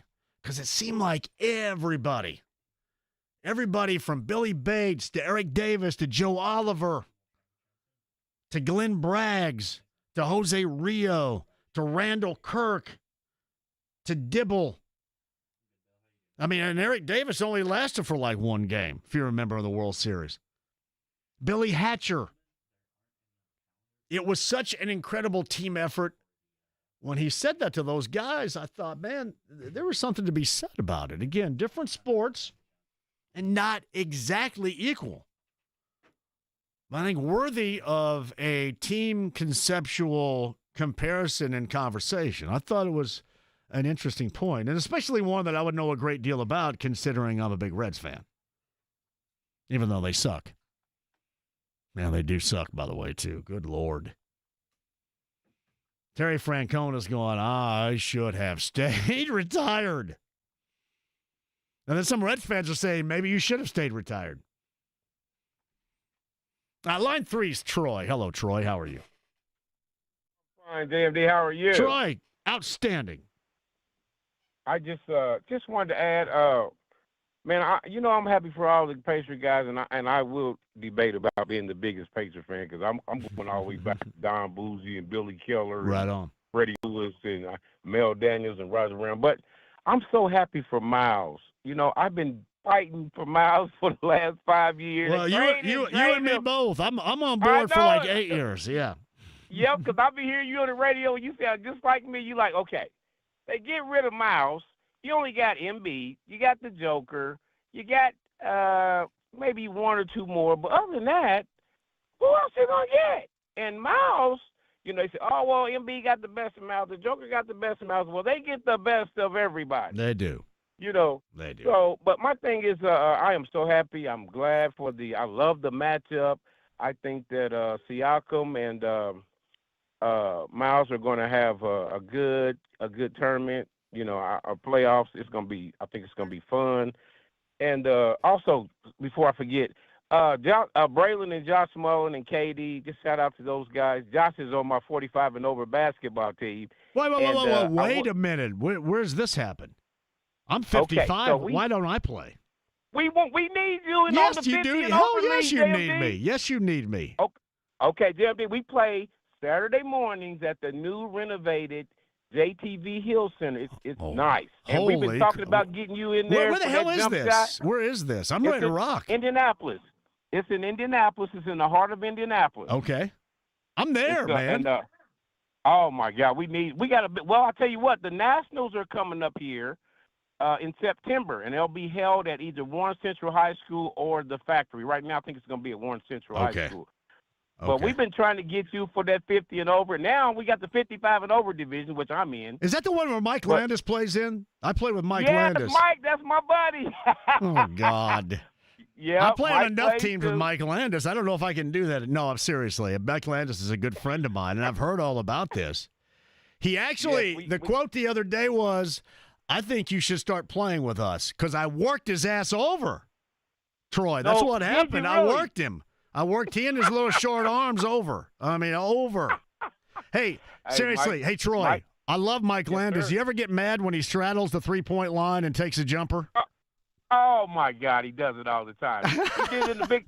We were down in Florida, and for the Nationals, because the big thing down there is in Florida. It's in Coral Springs. Yeah. And Mike, I was on one Indiana team. Mike was on another Indiana team. They were from down south. And Mike straddled that line, and I think he hit a shot. And if he'd have been three-pointer, they would have won the game, but his two-pointer sent them into overtime. Hey, I got to run here, Troy, but let me know, man. Seriously, send me an email so I know. I'll show up and play with you guys. I love it. Will do, JMV. Have a good one. All right, Troy. I'll go anywhere, anytime to play some hoop. You guys just let me know, and I'll go. I promise you I'll show. When people know me, that I'll show. Quick one, we'll come back. Evan Sidery coming up after 5 o'clock. More Pacer, more NBA conversation. Don't go anywhere. It's 93.5, 107.5 The Fan.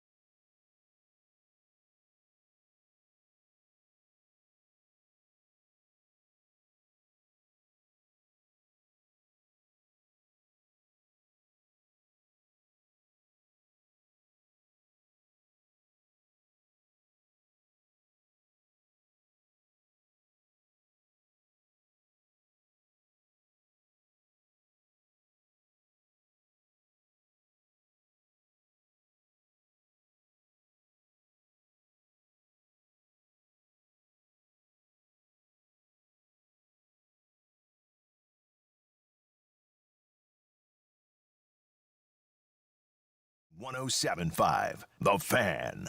No, don't give me this summertime song from 1984. The Lovelies from Bananarama. What film is this from, James? James, the I have Karate no Kid, idea. dude. I've never seen the Karate Kid.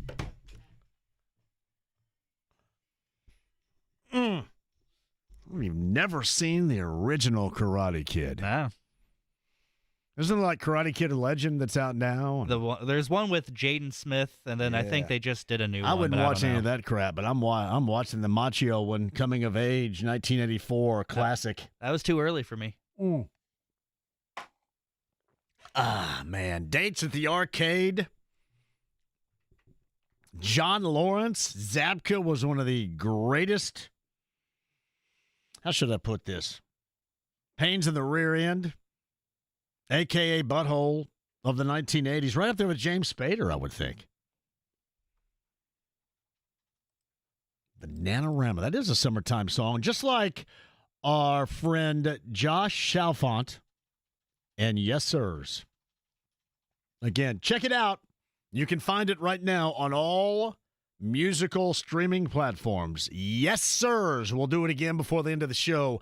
Your summertime 2025 song. Yes Sirs. Evan Sidery and me coming up in a bit. You and I on the other side. If you're on hold, stay right there. I'm coming at you next.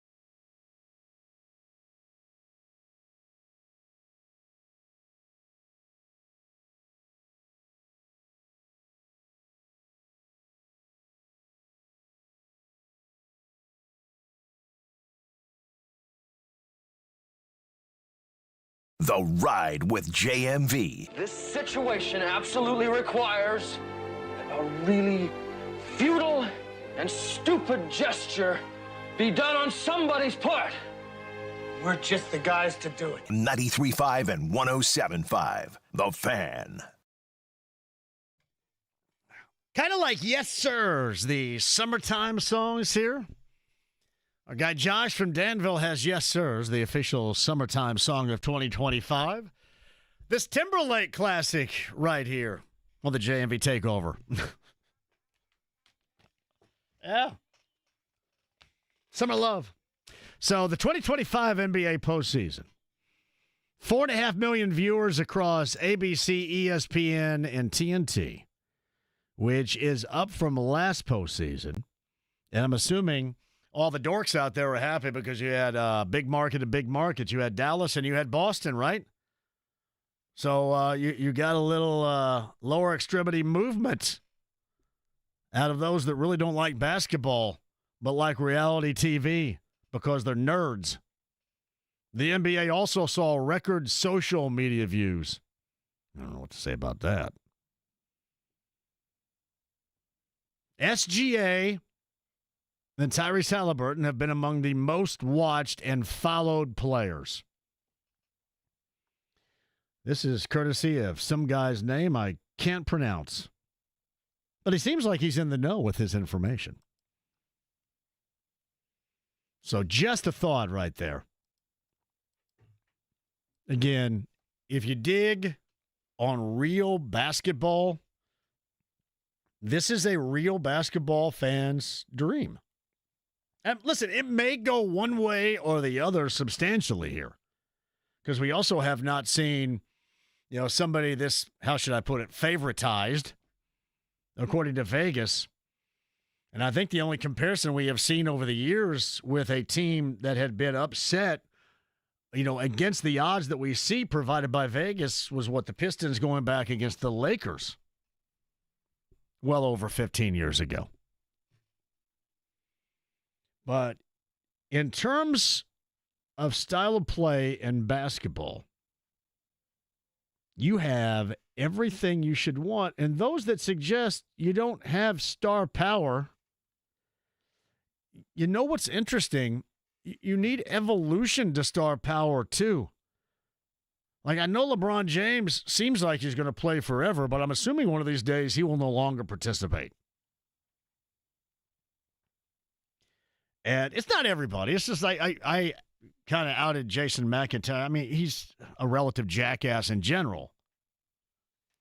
But what you get up against here is just really bad takes because you hear what somebody else is saying and you think you have to be even more outrageous, and you end up making yourself look like a horse's ass.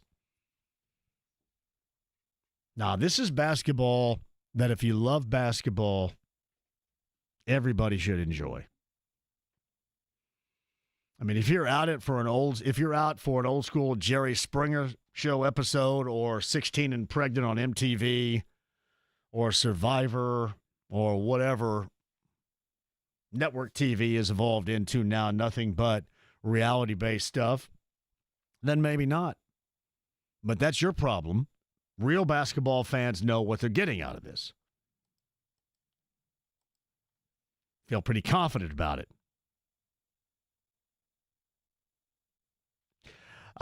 Jim McCann says, nothing speaks to how solid Josh Safon's song is more than you actually saying yes, sirs, as many times as you have. That is so true.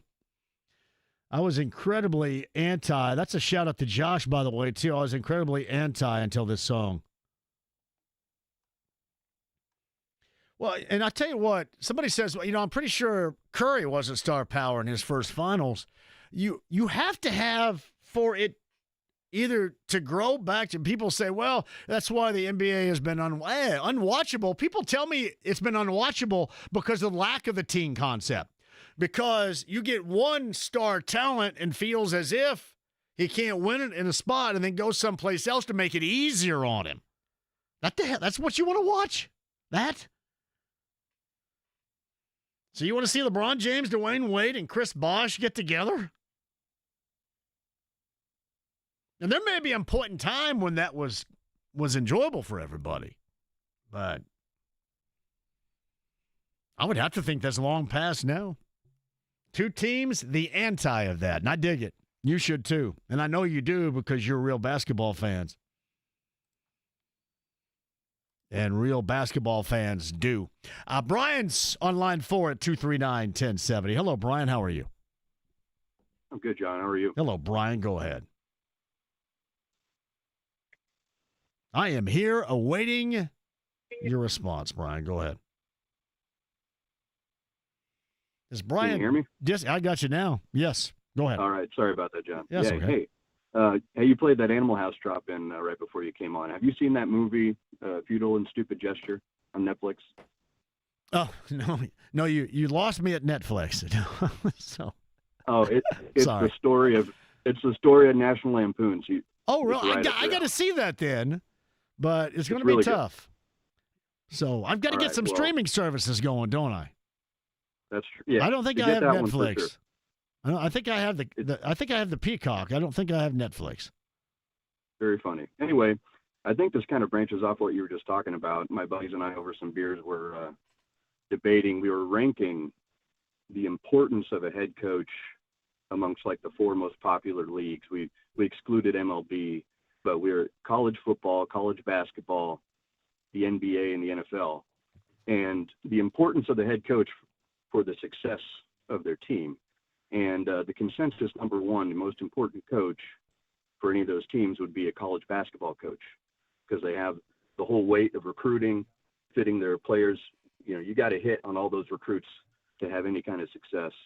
Second was NFL coach, because you're basically a Fortune 500 CEO when you think about it, and all the responsibilities you have.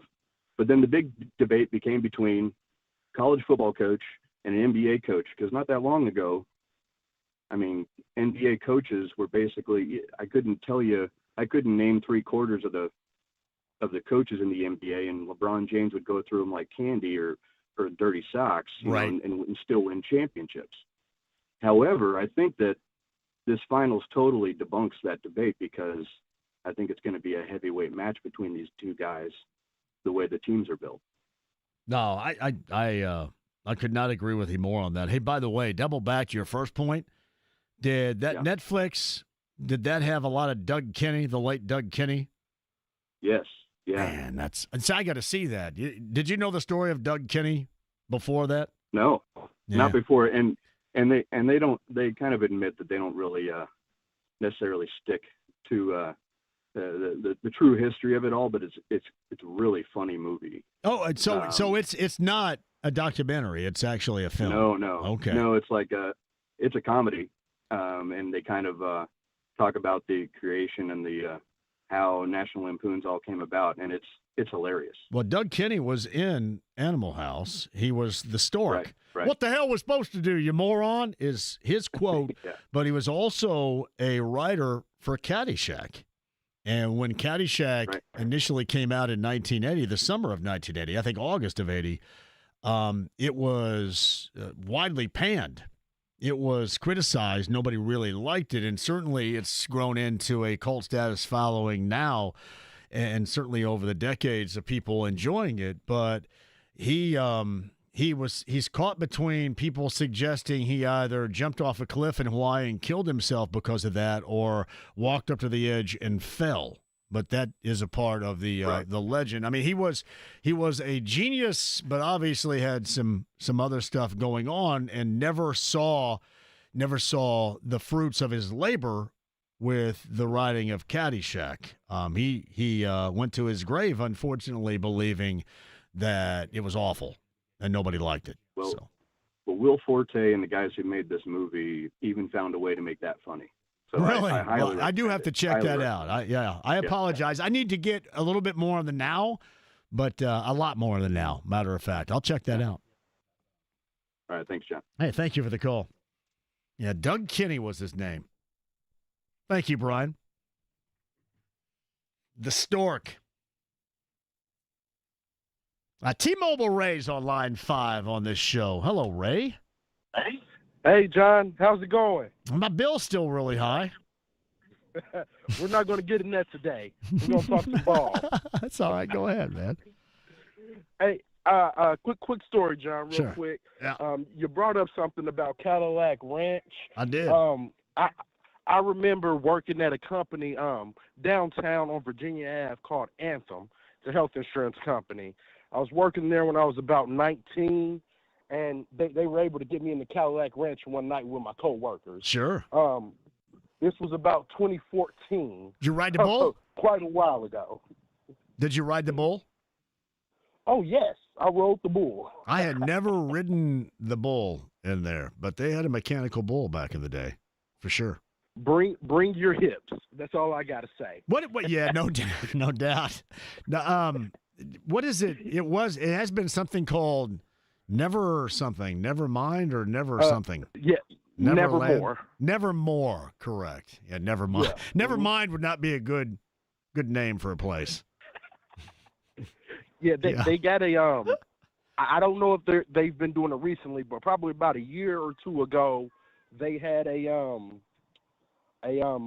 outdoor kind of bar patio on the top level of it, and it was pretty cool. Pretty cool out there. Gotcha, man.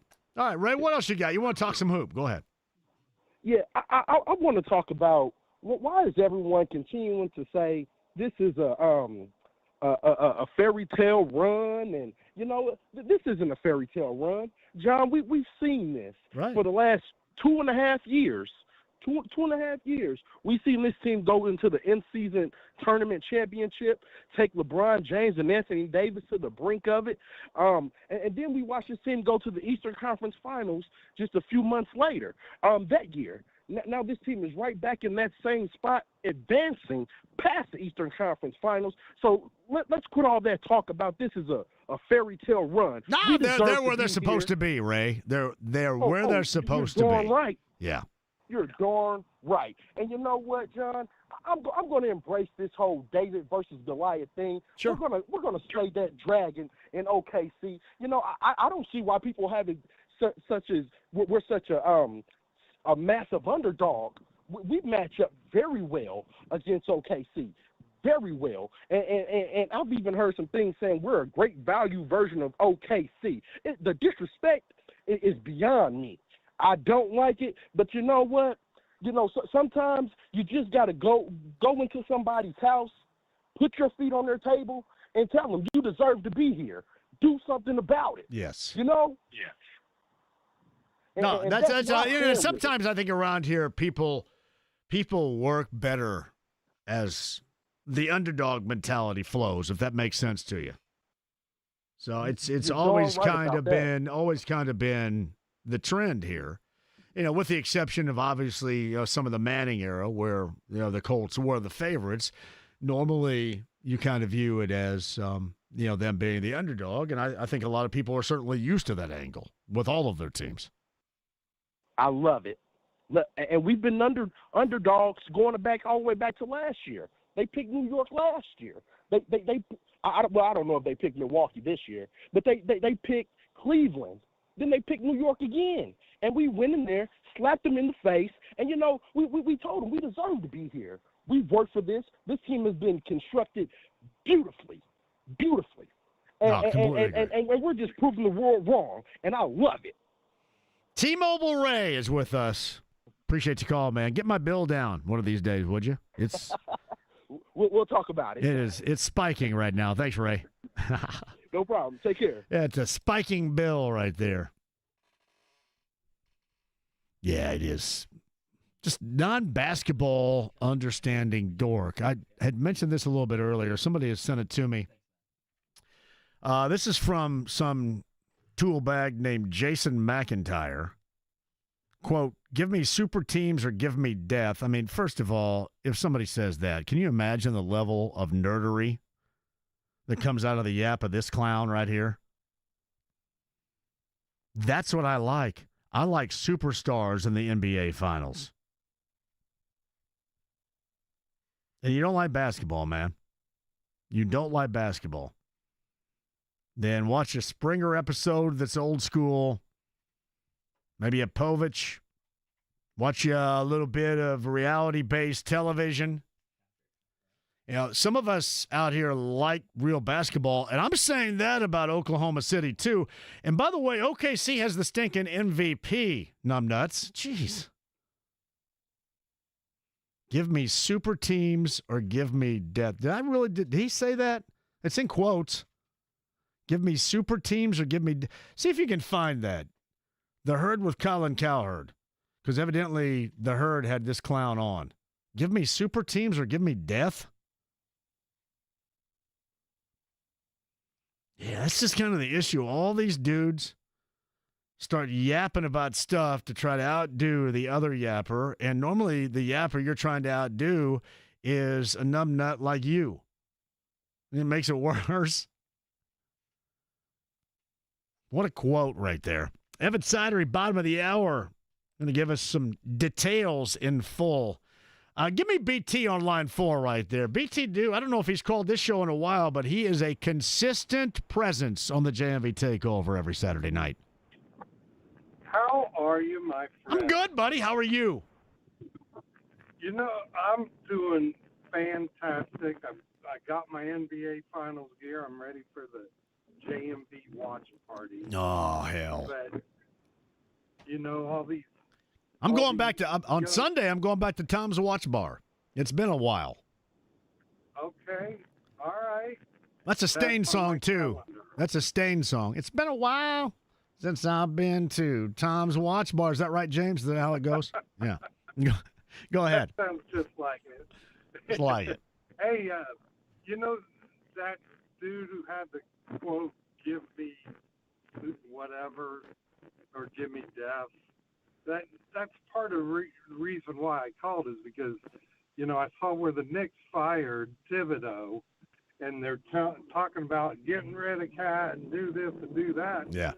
And then you've said it before, continuity has something to do. It does. With this year's Pacers does. team. And OKC, for that matter, yes. Right, exactly. And I don't want a super team, you know, screw them. I was sitting there looking at all these big names and, you know, I wouldn't take Hey, BT, I would argue that Leon Rose and Worldwide West and all those that made the personnel decisions erred more than the head coach did. Did they not? Yeah. I mean, first of all, getting rid of Dante DiVincenzo, I thought at the time, and then I thought getting rid of that and what he was a year ago against the Pacers in the East semifinals, I would not have done that with a shot maker, a distant shot maker, and they did. And I'm not a big fan of Julius Randle, if they but had him right. But if they had DiVincenzo out on that 3-point line, you know, you got to cover him. You can't. Would you have rather had DiVincenzo than Mikal Bridges in that series against the Pacers if you were a Knicks fan? Because I sure as hell would have. Yeah. Knicks fans are morons. Yeah, you know what? It serves them right. I think it's pretty funny. But you know what? I was looking through my vinyl, and I got, you know, almost 400. Yep. I have an ABA Indiana Pacers season highlights album of Jerry Baker going through the season with highlights and interviews and stuff from the 71-72 team. And it's incredible, man. It's badass right there, man. It is. And I only own one. I'm not a jersey dude. I only own one, and it's Darnell Hillman. And he's the man. I'll never. Yeah, that's my guy. I loved him. So, hey, brother, BT, I'll see you here relatively soon. Okay. I hope so, buddy. You got it, man. I'll let you know too. That's my man BT Do on the east side right there. Hey, James, going to the break. Can you play that for me really quick? Here's what's his name? Jason McIntyre from Colin Cowherd this morning. A level of jackassery that we will only play back for you one time here. You know, OKC, Indiana, I don't want to be the bearer of bad news, but I'm not that excited for these NBA finals. You know, I joke that Colin is the elitist here on the show, but maybe it's me. Who's grabbing this guy's crotch, if I were the NBA, right I would have changed its motto to give me super teams or give me death, because that's what I like. I like superstars in the NBA finals. and we don't really have that. Who gave that 12-year-old boy a microphone right there is what I want to know. What the hell? Good Lord. He does sound like he's just ingested a ton of helium, doesn't he? Is he going through puberty right there, or is that just the way that it sounded? See, I feel bad now making fun of Jason McIntyre because clearly he's just going through puberty. The hormonal effect. He just doesn't understand. I'm sorry I said I would only play it once, but I just want to hear that. Is that got to do with your computer, or is that his real voice? That's his real voice. OKC, Indiana. I don't want to be the bearer of bad news, but I'm not that excited for these NBA finals. Well, what are we going to do about that? If you're not excited, let's just call them off. I think we should just call off the finals because you're not excited. Give me super teams or give me death. What? Listen, puberty's a tough time. Jeez. Changes going on in the body. He can't help it. Yeah. So that's a real. That's a dude. That's a real dude. That's a real. That's dude. his real voice. Gotcha. Jason McIntyre comments on Colin Cowherd this morning. Back with you next.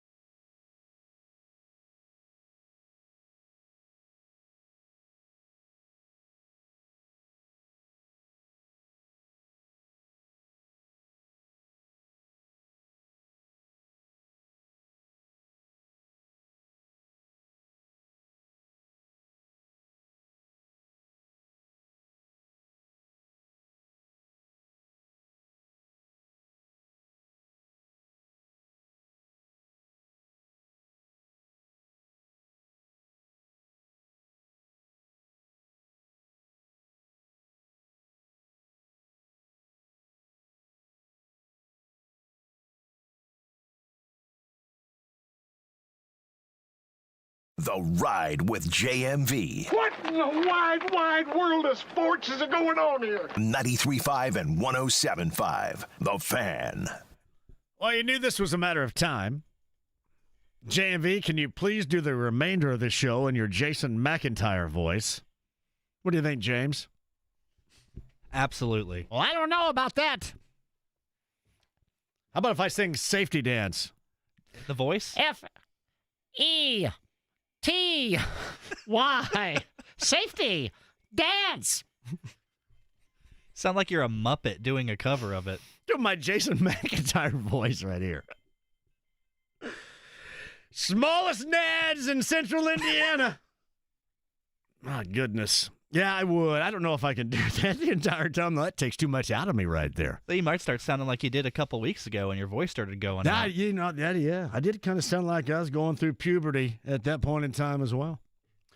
Kevin Pelton tomorrow, right, of ESPN. Matt Pinto, the voice of OKC tomorrow as well. I think Bowen's somewhere in the works tomorrow. And more for you in what is just going to be an incredible time around here. Again, no matter what happens, this is as fun as hell. And my favorite team around here of all time would be this particular group. Meantime, of the Andy Moore Automotive Group hotline to share a little bit more on the news of the day and a little bit more of the background of this year's 2025 NBA Finals. Evan Sidery joins us. Hello, Evan. How are you? Doing great, John. How about yourself? So the biggest upset in NBA Finals history is what the Pacers would be doing, according to Vegas odds. Is that true? Yeah. So I went through Ask a Couple Sports Books, and I also did my own research here too. And the last time that there was a Finals favorite that actually won with the odds the Pacers currently have at plus 500 was 2004, when the Pistons beat the Lakers, that dominant Lakers team. They were plus 500 odds as well. So if the Pacers pull off the unthinkable here, at least nationally, pull off the unthinkable and beat the Thunder, it'd be tied for the biggest upset in NBA Finals history. So that it just goes to show the underdog label. I think the Pacers thrive in that label, so I think it's a good thing for them. You take away anything from the two regular season meetings, December and the end of March of this past year? Not really, honestly. I mean, just because this Pacers team, I feel like, is so different than even what we saw a couple months ago, where they're firing on all cylinders defensively. They're really good defensively. I think Halliburton's taking it to another level. I think the role players take it to another level too. So I think the main thing I'll take away from those games, to be quite honest with you, John, is how the Thunder defended Tyrese Halliburton, because there was a lot of Lou Dort, it was a lot of Alex Caruso, and a lot of aggressiveness to Tyrese Halliburton. So I think the main thing is going to be is if Tyrese Halliburton is a quiet scoring series, can you rely on Andrew Nembhard to bounce back? Can you rely on Aaron Nesmith, Miles Turner? I think Pascal Siakam, too, is going to be a huge player to watch out for in this series, because if he can give you like 25 points per game, it's going to go a really long way. You mentioned this. Evan Sidery's on the Andy Moore Automotive Group hotline. I said this a year ago, and it was 110, the Pacers win.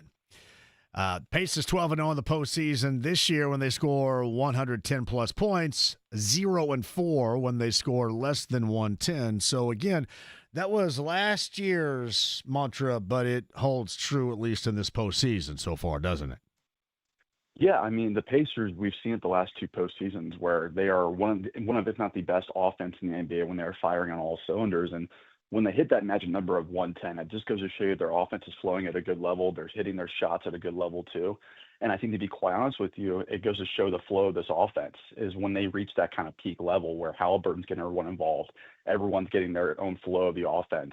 I think they're really hard to stop. And I think, to be quite honest with you, nationally, I think the Pacers are kind of underrated in this aspect where they can really challenge Oklahoma City defensively, where if Halliburton's having a quiet night, for example, they have 4 or 5 or 6 guys that can give you 10 to 15 points every single night. So I think this kind of goes to show you that the two teams left in the finals here, they got here in different ways. The Thunder more of a blowout style, the Pacers more of a thrilling style. But I think both go to show you that if you take care of the ball and you play at a good level on both ends, and you're a very deep team, you're going to probably be in the Final Four. It's Evan Sidery talking NBA Finals with the Pacers and the Thunder underway coming up on Thursday, 8:30. The tip time, 8 o'clock coverage begins right here on the Fan. I think Jay Query is actually going to be in Fishers at the Ale Emporium for a watch party, which should be an absolute blast. I also wanted to ask you this. I want to go back to those two regular season meetings, December and in March, respectively. No Chet Holmgren in both, Alex Caruso in just the second. I think the biggest takeaway for me was the second was in OKC. It was opposite of Houston and the Boilermakers in the regional semifinal, which I think a lot of our attention was there. But it was an incredibly forgettable evening in OKC for the Pacers. But when you're looking at Holmgren not being a part of it and now being a part of it, on both ends of the floor, what are you thinking about, and how do the Pacers dynamically, you think, defend him? And who would you hope that Holmgren checks defensively for the Pacers? What would work best for them matchup-wise? Yeah, starting off here, I think how you defend Chet Holmgren, he's really that modern big man nowadays. 7 foot, can stretch the floor. He's more on the lean side, of course, as a lot of people know if you watch a Thunder play, around 200 pounds, but very long, lanky, athletic. He really fits the bill as far as like a Miles Turner type of big man in today's league, where he can stretch the floor, be a really good rim protector, run in space. He's going to be really tough, I think, offensively to stop, where I think you're going to probably see Siakam on Chet Holmgren. If I were to imagine starting off this series, I would not be shocked at all if they went to Miles Turner later on in the series too. But I imagine we see Siakam to start things off there. And then when you see offensively what Chet Holmgren can do, he can go off for 25 some nights. He can give you 10 and 15 some nights. His role really does flip a little bit with Oklahoma City from game to game. But I think when you look at from the other side of the court, who's checking a guard, I think that's going to be Siakam. And I think if he's able to go, if Siakam can be physical on him with his frame, I think it's going to go a long way for him. So I think you're going to see Siakam both ways, Siakam guarding Chet, Chet guarding Siakam. If Siakam can emphatically win that matchup, I think it's a really good shot for the Pacers there, at least in that one-on-one aspect. The other one I look out for as far as the front court partner would be Isaiah Hartenstein. I'd be a lot more worried about, especially what you saw Mitchell Robinson do in this last round. So, Gilgeous-Alexander, is he going to get checked more by Nembhard or Nesmith? I would probably say Andrew Nembhard, to be quite honest with you, just because we saw already in this series in Game 6 that when Nembhard's locked in, I trust him more than I do Aaron Nesmith. That's no knock on Aaron Nesmith, but Nembhard is an all-NBA defender, in my opinion. He can really guard 1 through 3 when he's locked in. So I would try Andrew Nembhard starting things off here. I know he's a little bit smaller than Nesmith, a lot less lankier than Nesmith, but those guys are two teammates from Team Canada in the Olympics. Shea has given Nembhard so much praise throughout the years as far as how he plays. So I think we see Nembhard starting things off on Shea, but I would not be shocked at all if they have Nesmith and Nembhard interchangeably, probably all 48 minutes throughout this series. I've asked this a little bit earlier with Evan Sideries on the Andy Moore Automotive Group hotline, not talking about SGA or Jalen Williams, the starter from, I think, Santa Clara, right? Not the Jalen Williams from Arkansas off the bench, which we may see a lot more of him as well, which we can get into in a second. But outside of those two and then Holmgren, who is going to be, you think, most important in a secondary role as a starter or as a bench player for the Thunder? Who would concern you if you're the Pacers doing a scouting report other than those big three for the Thunder? Yeah, it's a good question. I mean, to be quite honest with you, I would probably go with Lou Dort. I know he's probably the more underrated guy on this team. We know Caruso is an elite defender, all-world defender. But Lou Dort, he's a 6'4" player, played at Arizona State. He's been undrafted. He's built himself throughout his career with Oklahoma City the last 6 years, becoming a full-time starter.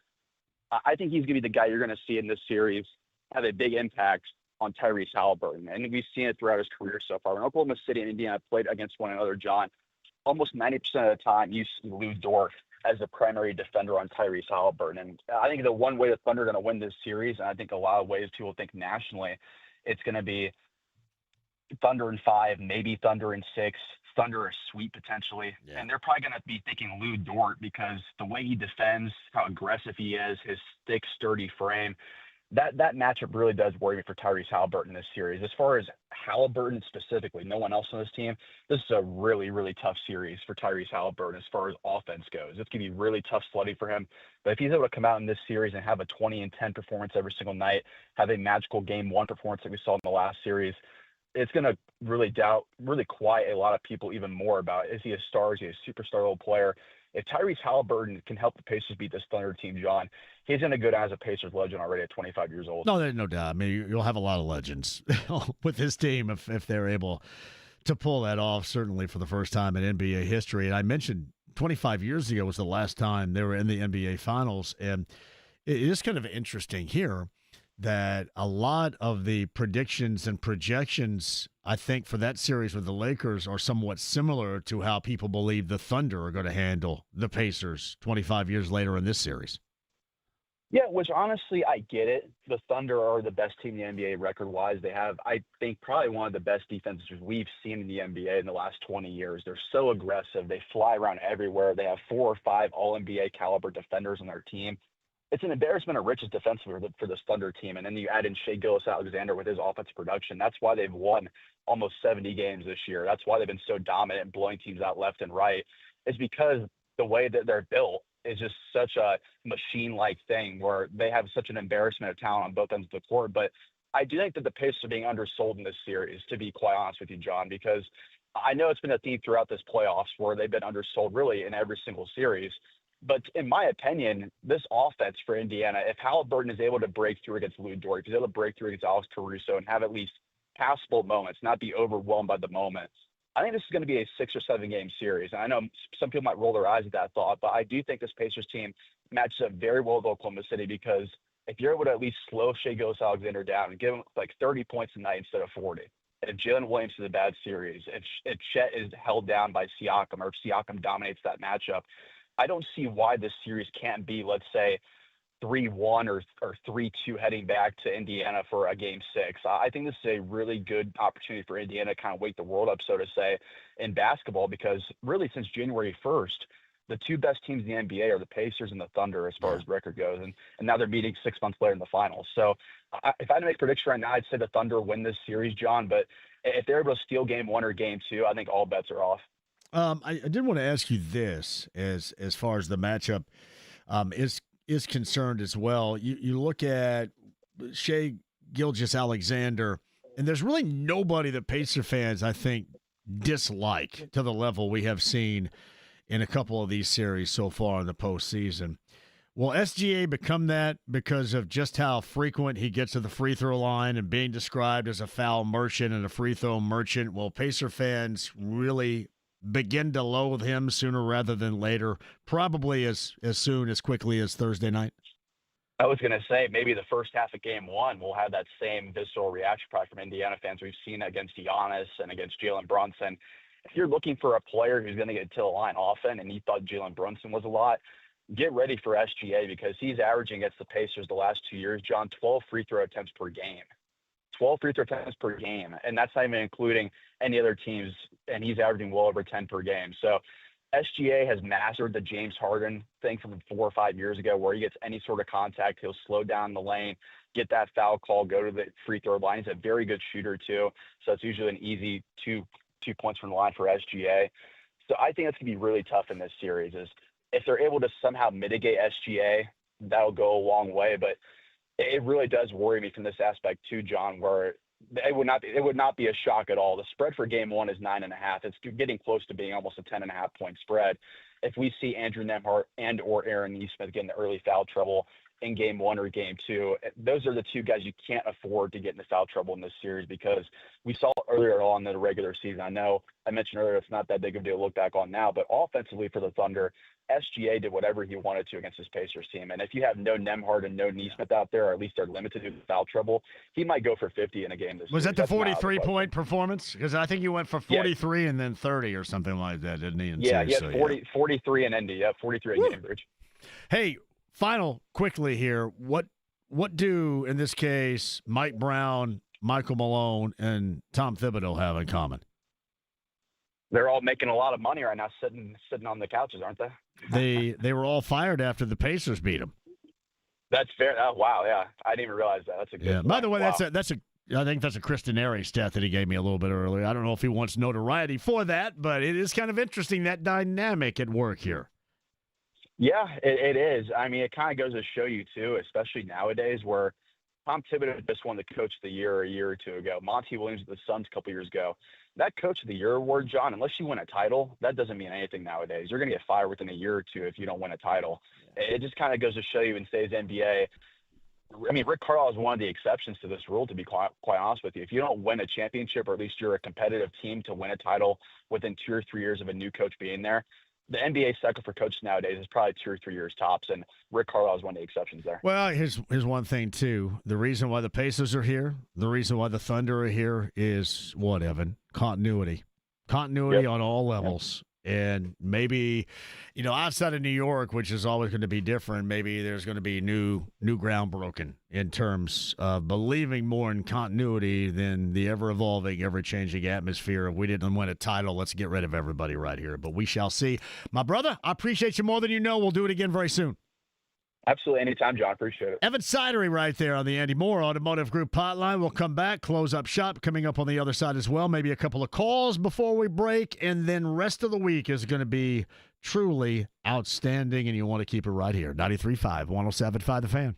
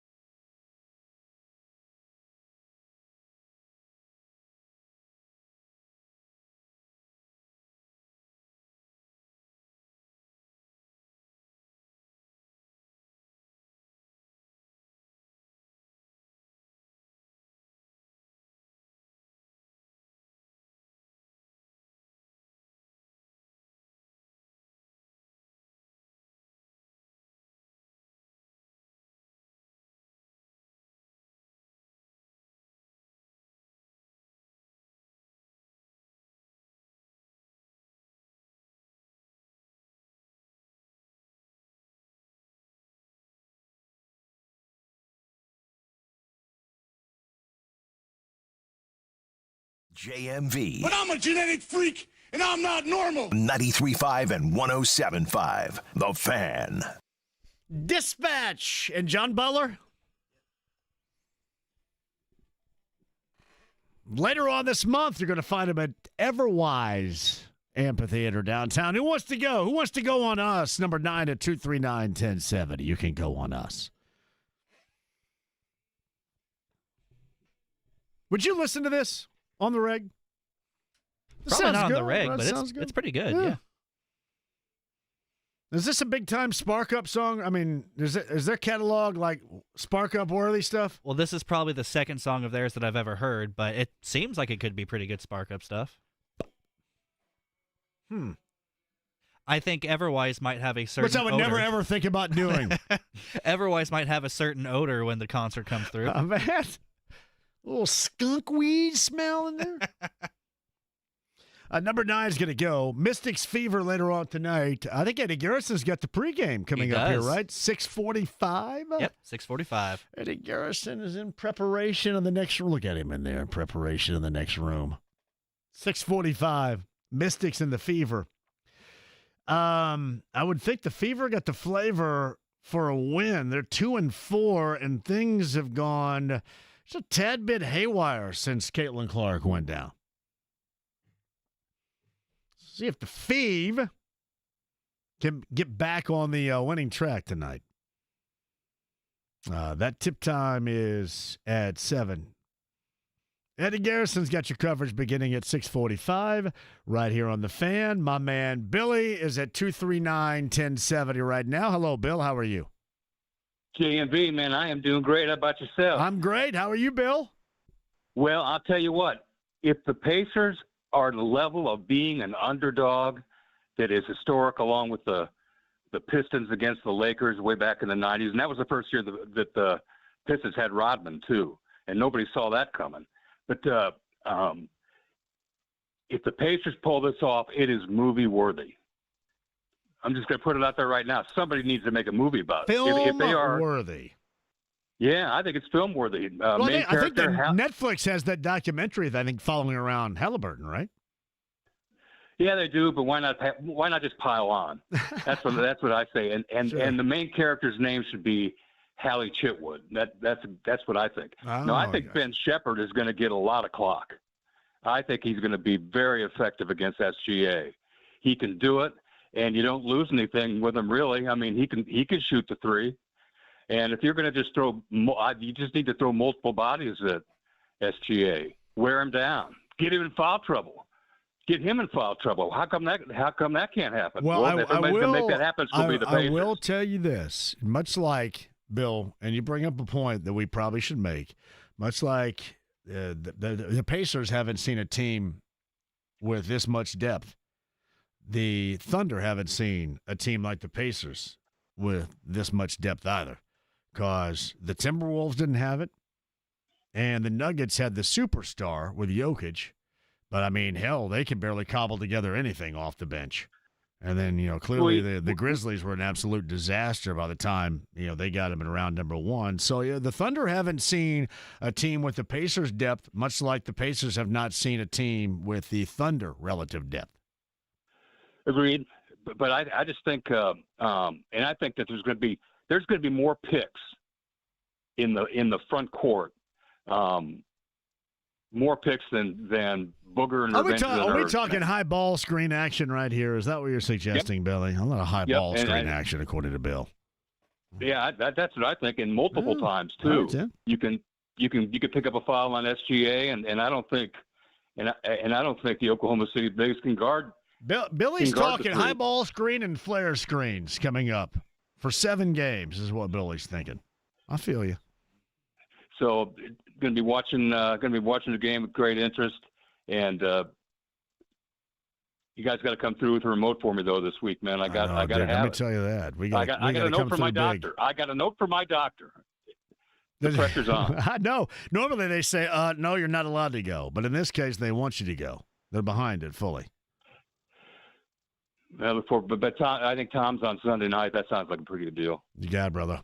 I'll see you then. All right, man, if not before, I'll see you then. Thanks, Billy. All right. You got it. Yeah, Tom's Watch Bar coming up on Sunday at 6. Nathaniel says, check out The General by Dispatch. Very solid song right there. Did you give away those tickets? We certainly tried to give them away. No one called in for them. Let's see if we want to do it again Let's do it. You want caller number 9? Call in right now. I noticed over there. I go. I don't know if anybody. You want to go see Dispatch and John Butler. What date is that in June? June 18th. It's June a Wednesday. 18th. Number 9 at 239-1070. Did I not say it right? No, you did. You said caller number 9. All right. Number 9 at 239-1070. There we go. You can go. I noticed that was a little bit weird. I think they gave it a false start by me right there. Sidery, JJ, Greg Rakestraw, podcast 1075thefan.com. Kevin Pelton, ESPN NBA writer tomorrow. That Pinto guy who's the play-by-play voice. Jason Logan at 3:30 from Covers.com. Jason Logan's got covers. I think Bowen's in here as well. James, great job out of you. Number 9 at 239-1070. Here are your tickets for Dispatch later on this month. Everwise. Have a great night.